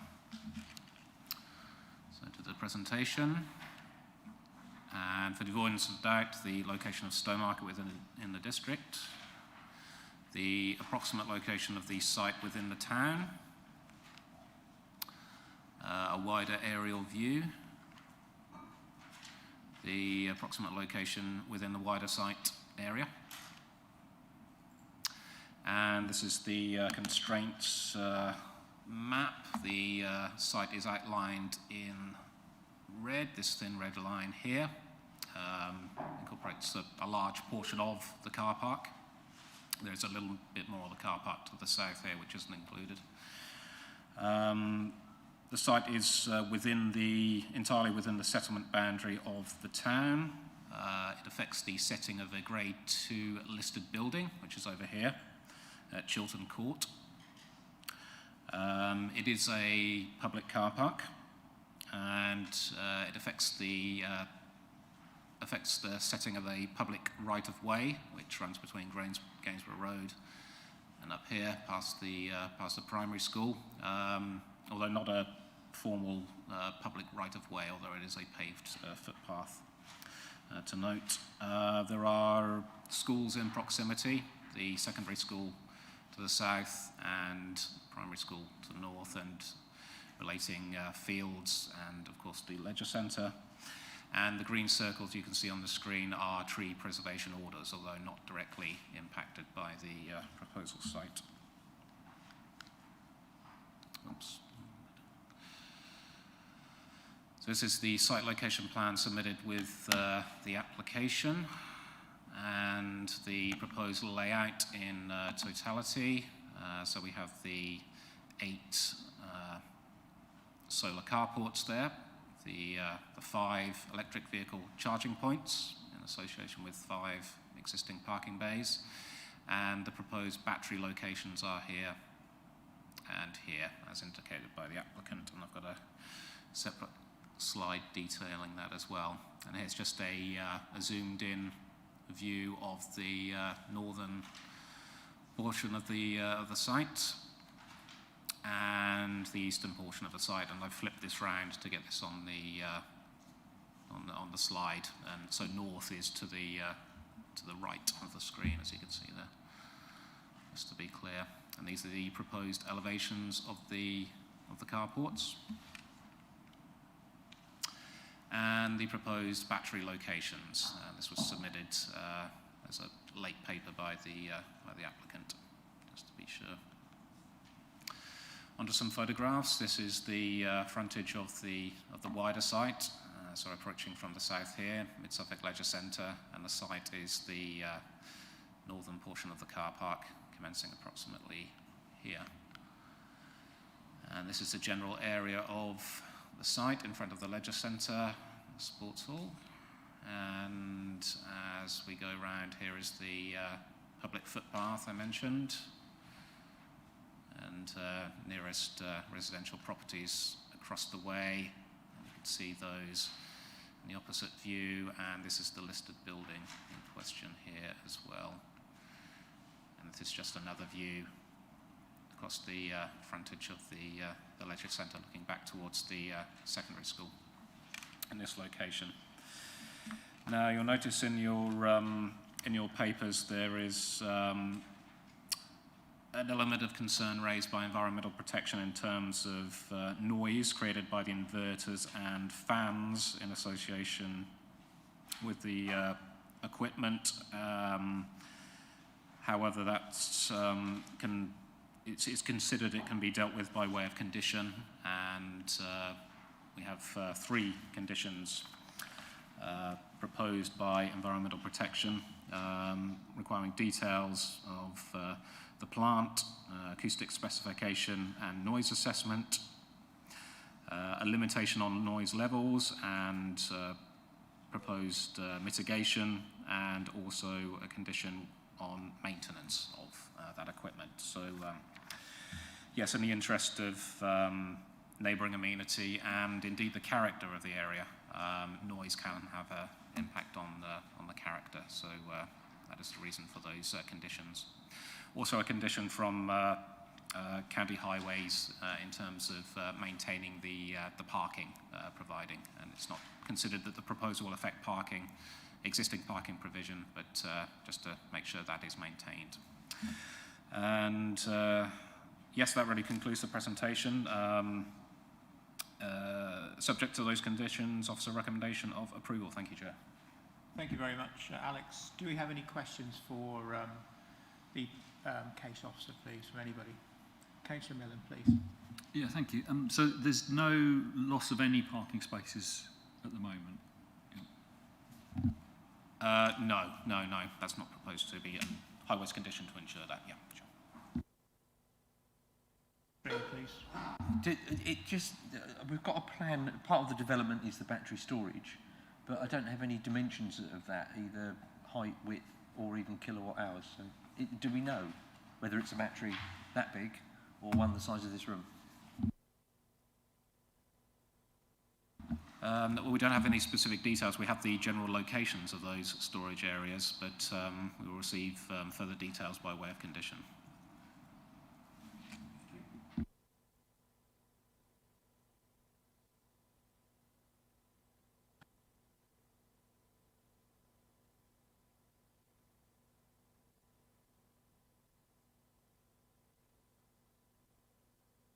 Thank you, Lee. Thanks everybody for the opportunity to address the committee to speak in support of the application which has been made by the Council's regeneration team.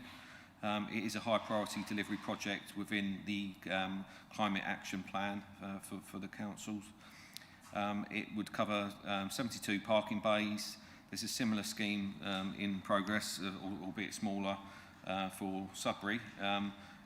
And that has been through planning committee last week. This is a precedent installation for the district and nationally, and the objective is it's a pilot learning project from which we can gain further detailed knowledge of the technologies with this type of installation, the benefits and the costs. It's been supported by £400,000 of UK government Getting Building Fund capital grant, which is being administered by New Anglia LEP, and that's in addition to the £350,000 contribution that Mid Suffolk has already endorsed through Cabinet. Essentially, it's a steel frame canopy with a galvanised finish anchored to the subsurface by a steel anchor piling, which does minimise the invasive work and results in no net loss of parking spaces. It will support asset decarbonisation and offset energy costs, as well as providing infrastructure for electric vehicle charging points. The system should last in excess of 25 years with warranties for that duration as well. So a high specification system given the public setting. Those safety features have been designed including tamper-proof containment of cabling, DC cut-off technology and robust construction. Essentially, the system can deliver up to 23.7% of the leisure centre's current power demands and will save over 1,300 tonnes of carbon over its lifetime. Initially 5 electric vehicle charging points, but with ability to add to those as demand may need over time. And we have appointed subject to planning, an industry-leading contractor to deliver the actual installation by the March 2022 deadline.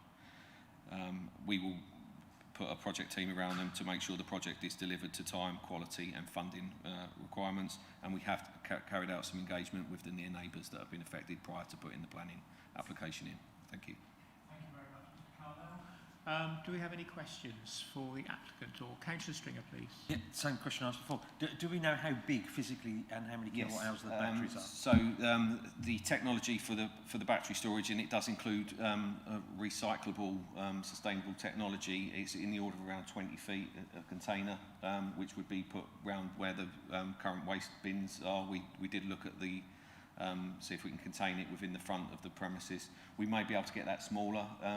Unfortunately, at the moment, the technology is in short supply because of global shortages on some of the components, but we've got a minimum of a 20-foot containment system, which is similar to what's been provided at the Hold in Suffolk, in Ipswich. So it's the same provider, same scale, same technology. Further questions, or Councillor Warboys, please? Yes, you mentioned you've got a similar installation in Ipswich. The County Council have used the provider for the battery for the Hold at Ipswich, so it's that same technology. And is that particularly noisy?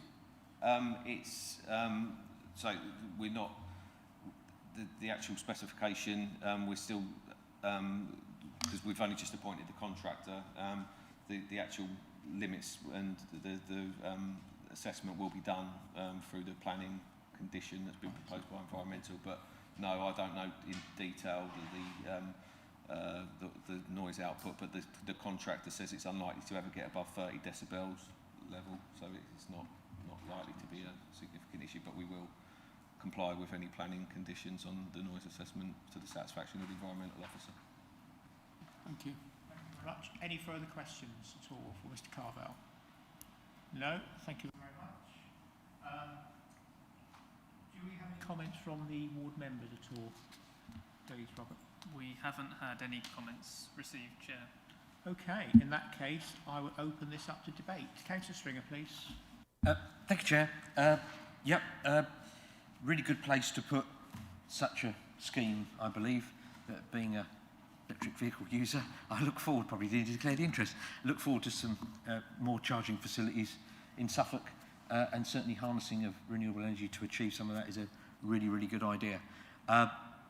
We need to be mindful of two things about this. One is, I mean, I understand the concerns about noise because a cooling fan can make some noise, but I can't see where we could get any noise levels from the charging points. The noise level from a charging point is never going to be as much as the diesel car that could be parking in that parking place. So that's not a huge problem. I did have a wry smile at page 416 where it mentions the batter storage cabinet. I thought we were doing a fish and chip shop for a minute, but not. Yeah, I mean, we desperately need this kind of technology to move ourselves forward. This is the right place to put it. It's where people are likely to congregate for a while, or perhaps if this scheme's good, we can then put solar panels all over the roof of the existing leisure centre as well. I have no hesitation in moving approval on this scheme, Chair. Thank you. Thank you, Councillor Stringer. Do we have any more comments? Councillor Norris, please. Yes, thank you. I'm happy to second the recommendation. I think it's a good place, as Councillor Stringer has said, to put this sort of array, and I think we have to keep up with technology and make provision for the capacity that's required. So I'm happy to second this. Do we have any more comments? Councillor Mellon, please. Just to say, it's very nice to be able to wholeheartedly approve of an application. Thank you. Do we have any more comments from any other members? No? Okay. Well, I also totally support this application. I totally agree with the comments made by Councillor Stringer, Councillor Norris and Councillor Mellon.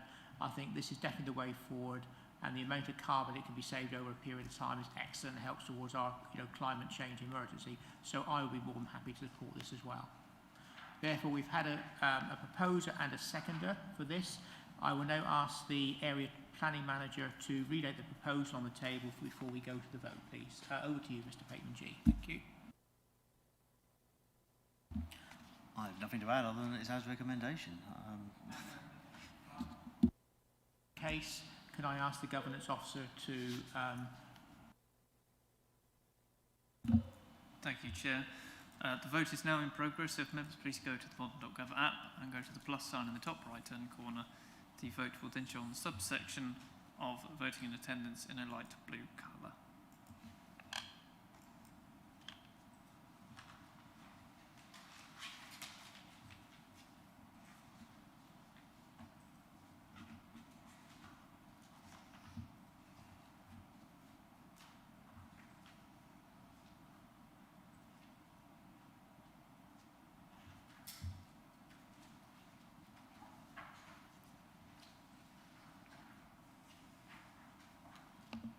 Thank you, Chair. All votes have now been received, and taking into account Councillor Gould has left the meeting, that is 7 votes for and is unanimous. Thank you very much. Inspection requests need to be reported to the committee. None received, Chair. Thank you very much indeed, and therefore I close the meeting at 15:37, and I'd like to thank you all. Sorry, Councillor Mellon. It's just a question. I believe we have a sonic visit in the bag somehow for Felsham. When is that scheduled for? So, update on that is that we've just received back our comments from the consultees as part of the risk assessment. So we'll be looking to convene that or send out stuff in the next couple of weeks once we've got a date sorted with the chair. Thank you. Thank you very much, everybody. And so the meeting is now closed at 15:37.